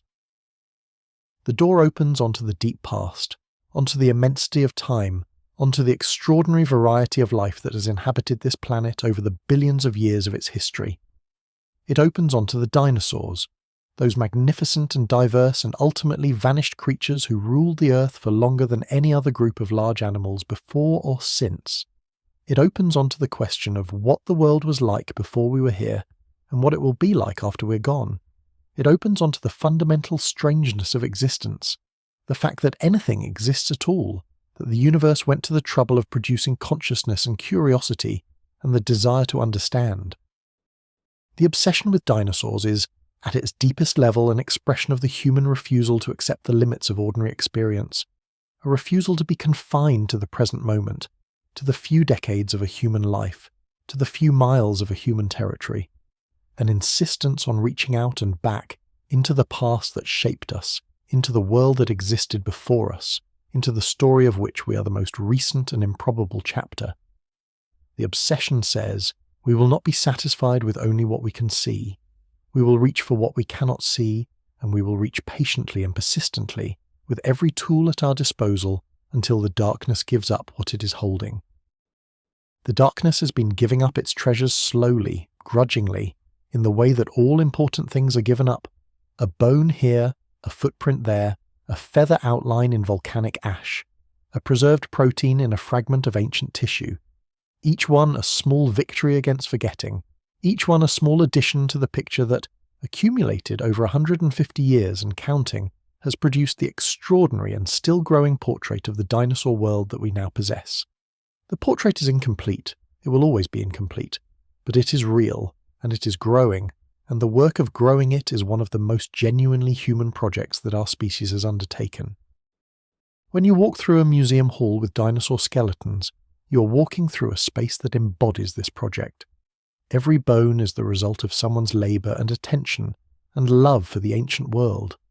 Every reconstruction reflects decades of scientific thought and revision and refinement. Every label represents a contribution to the collective understanding that has accumulated since the first formally described dinosaur fossil was published in 1824. The museum hall is not just a display. It is the physical expression of a centuries-long conversation between the human mind and the deep past, a conversation that is still ongoing and that will continue for as long as there are people who care about the extraordinary world that preceded us. I hope that tonight, in the quiet hours between waking and sleep, you have felt something of that conversation, something of the pull of the deep past, the way it calls to something in the human mind that ordinary life does not always have the space or the silence to hear. The pull toward wonder, the desire to know what the world was like before it was ours, the sense that the story is larger than any single chapter, that the world is older and stranger and richer than daily life usually allows us to feel. The dinosaurs are waiting in the rock. They have been waiting for 66 million years, and they will wait much longer without impatience, because the rock has no impatience, and deep time has no impatience, and the quality of ancientness is one of the most reliably peaceful things in the world. They are there. They will be there tomorrow and next year and in 100 years and in 1,000. The patient work of finding them will continue. The story will keep growing. The wonder will keep renewing itself in generation after generation of curious minds who look up at the great skeletons and feel the ground shift slightly and reach toward the ancient world and begin to understand. Good night. Dream well. Dream of ancient skies and warm ancient seas and the sound that the earth made before any human foot stepped on it. Dream of the creatures that were here before us and that shape the world we inhabit in ways we are still discovering. Dream of deep time, that most peaceful and most enormous of all human ideas, the idea that the world is very old and that we are very new, and that both of these things are gifts. Carry this story with you into your dreams and let it do there what stories always do in the deep hours of the night, which is to open something that the daylight keeps closed, to allow the mind to be larger and stranger, and more generous than the ordinary day permits. The ancient world is with you. Rest in it. Thank you so much for watching. If you would like to see more videos like this, please consider leaving a like and subscribing to the channel, as it really helps us continue making more content. Anyways, see you in the next one.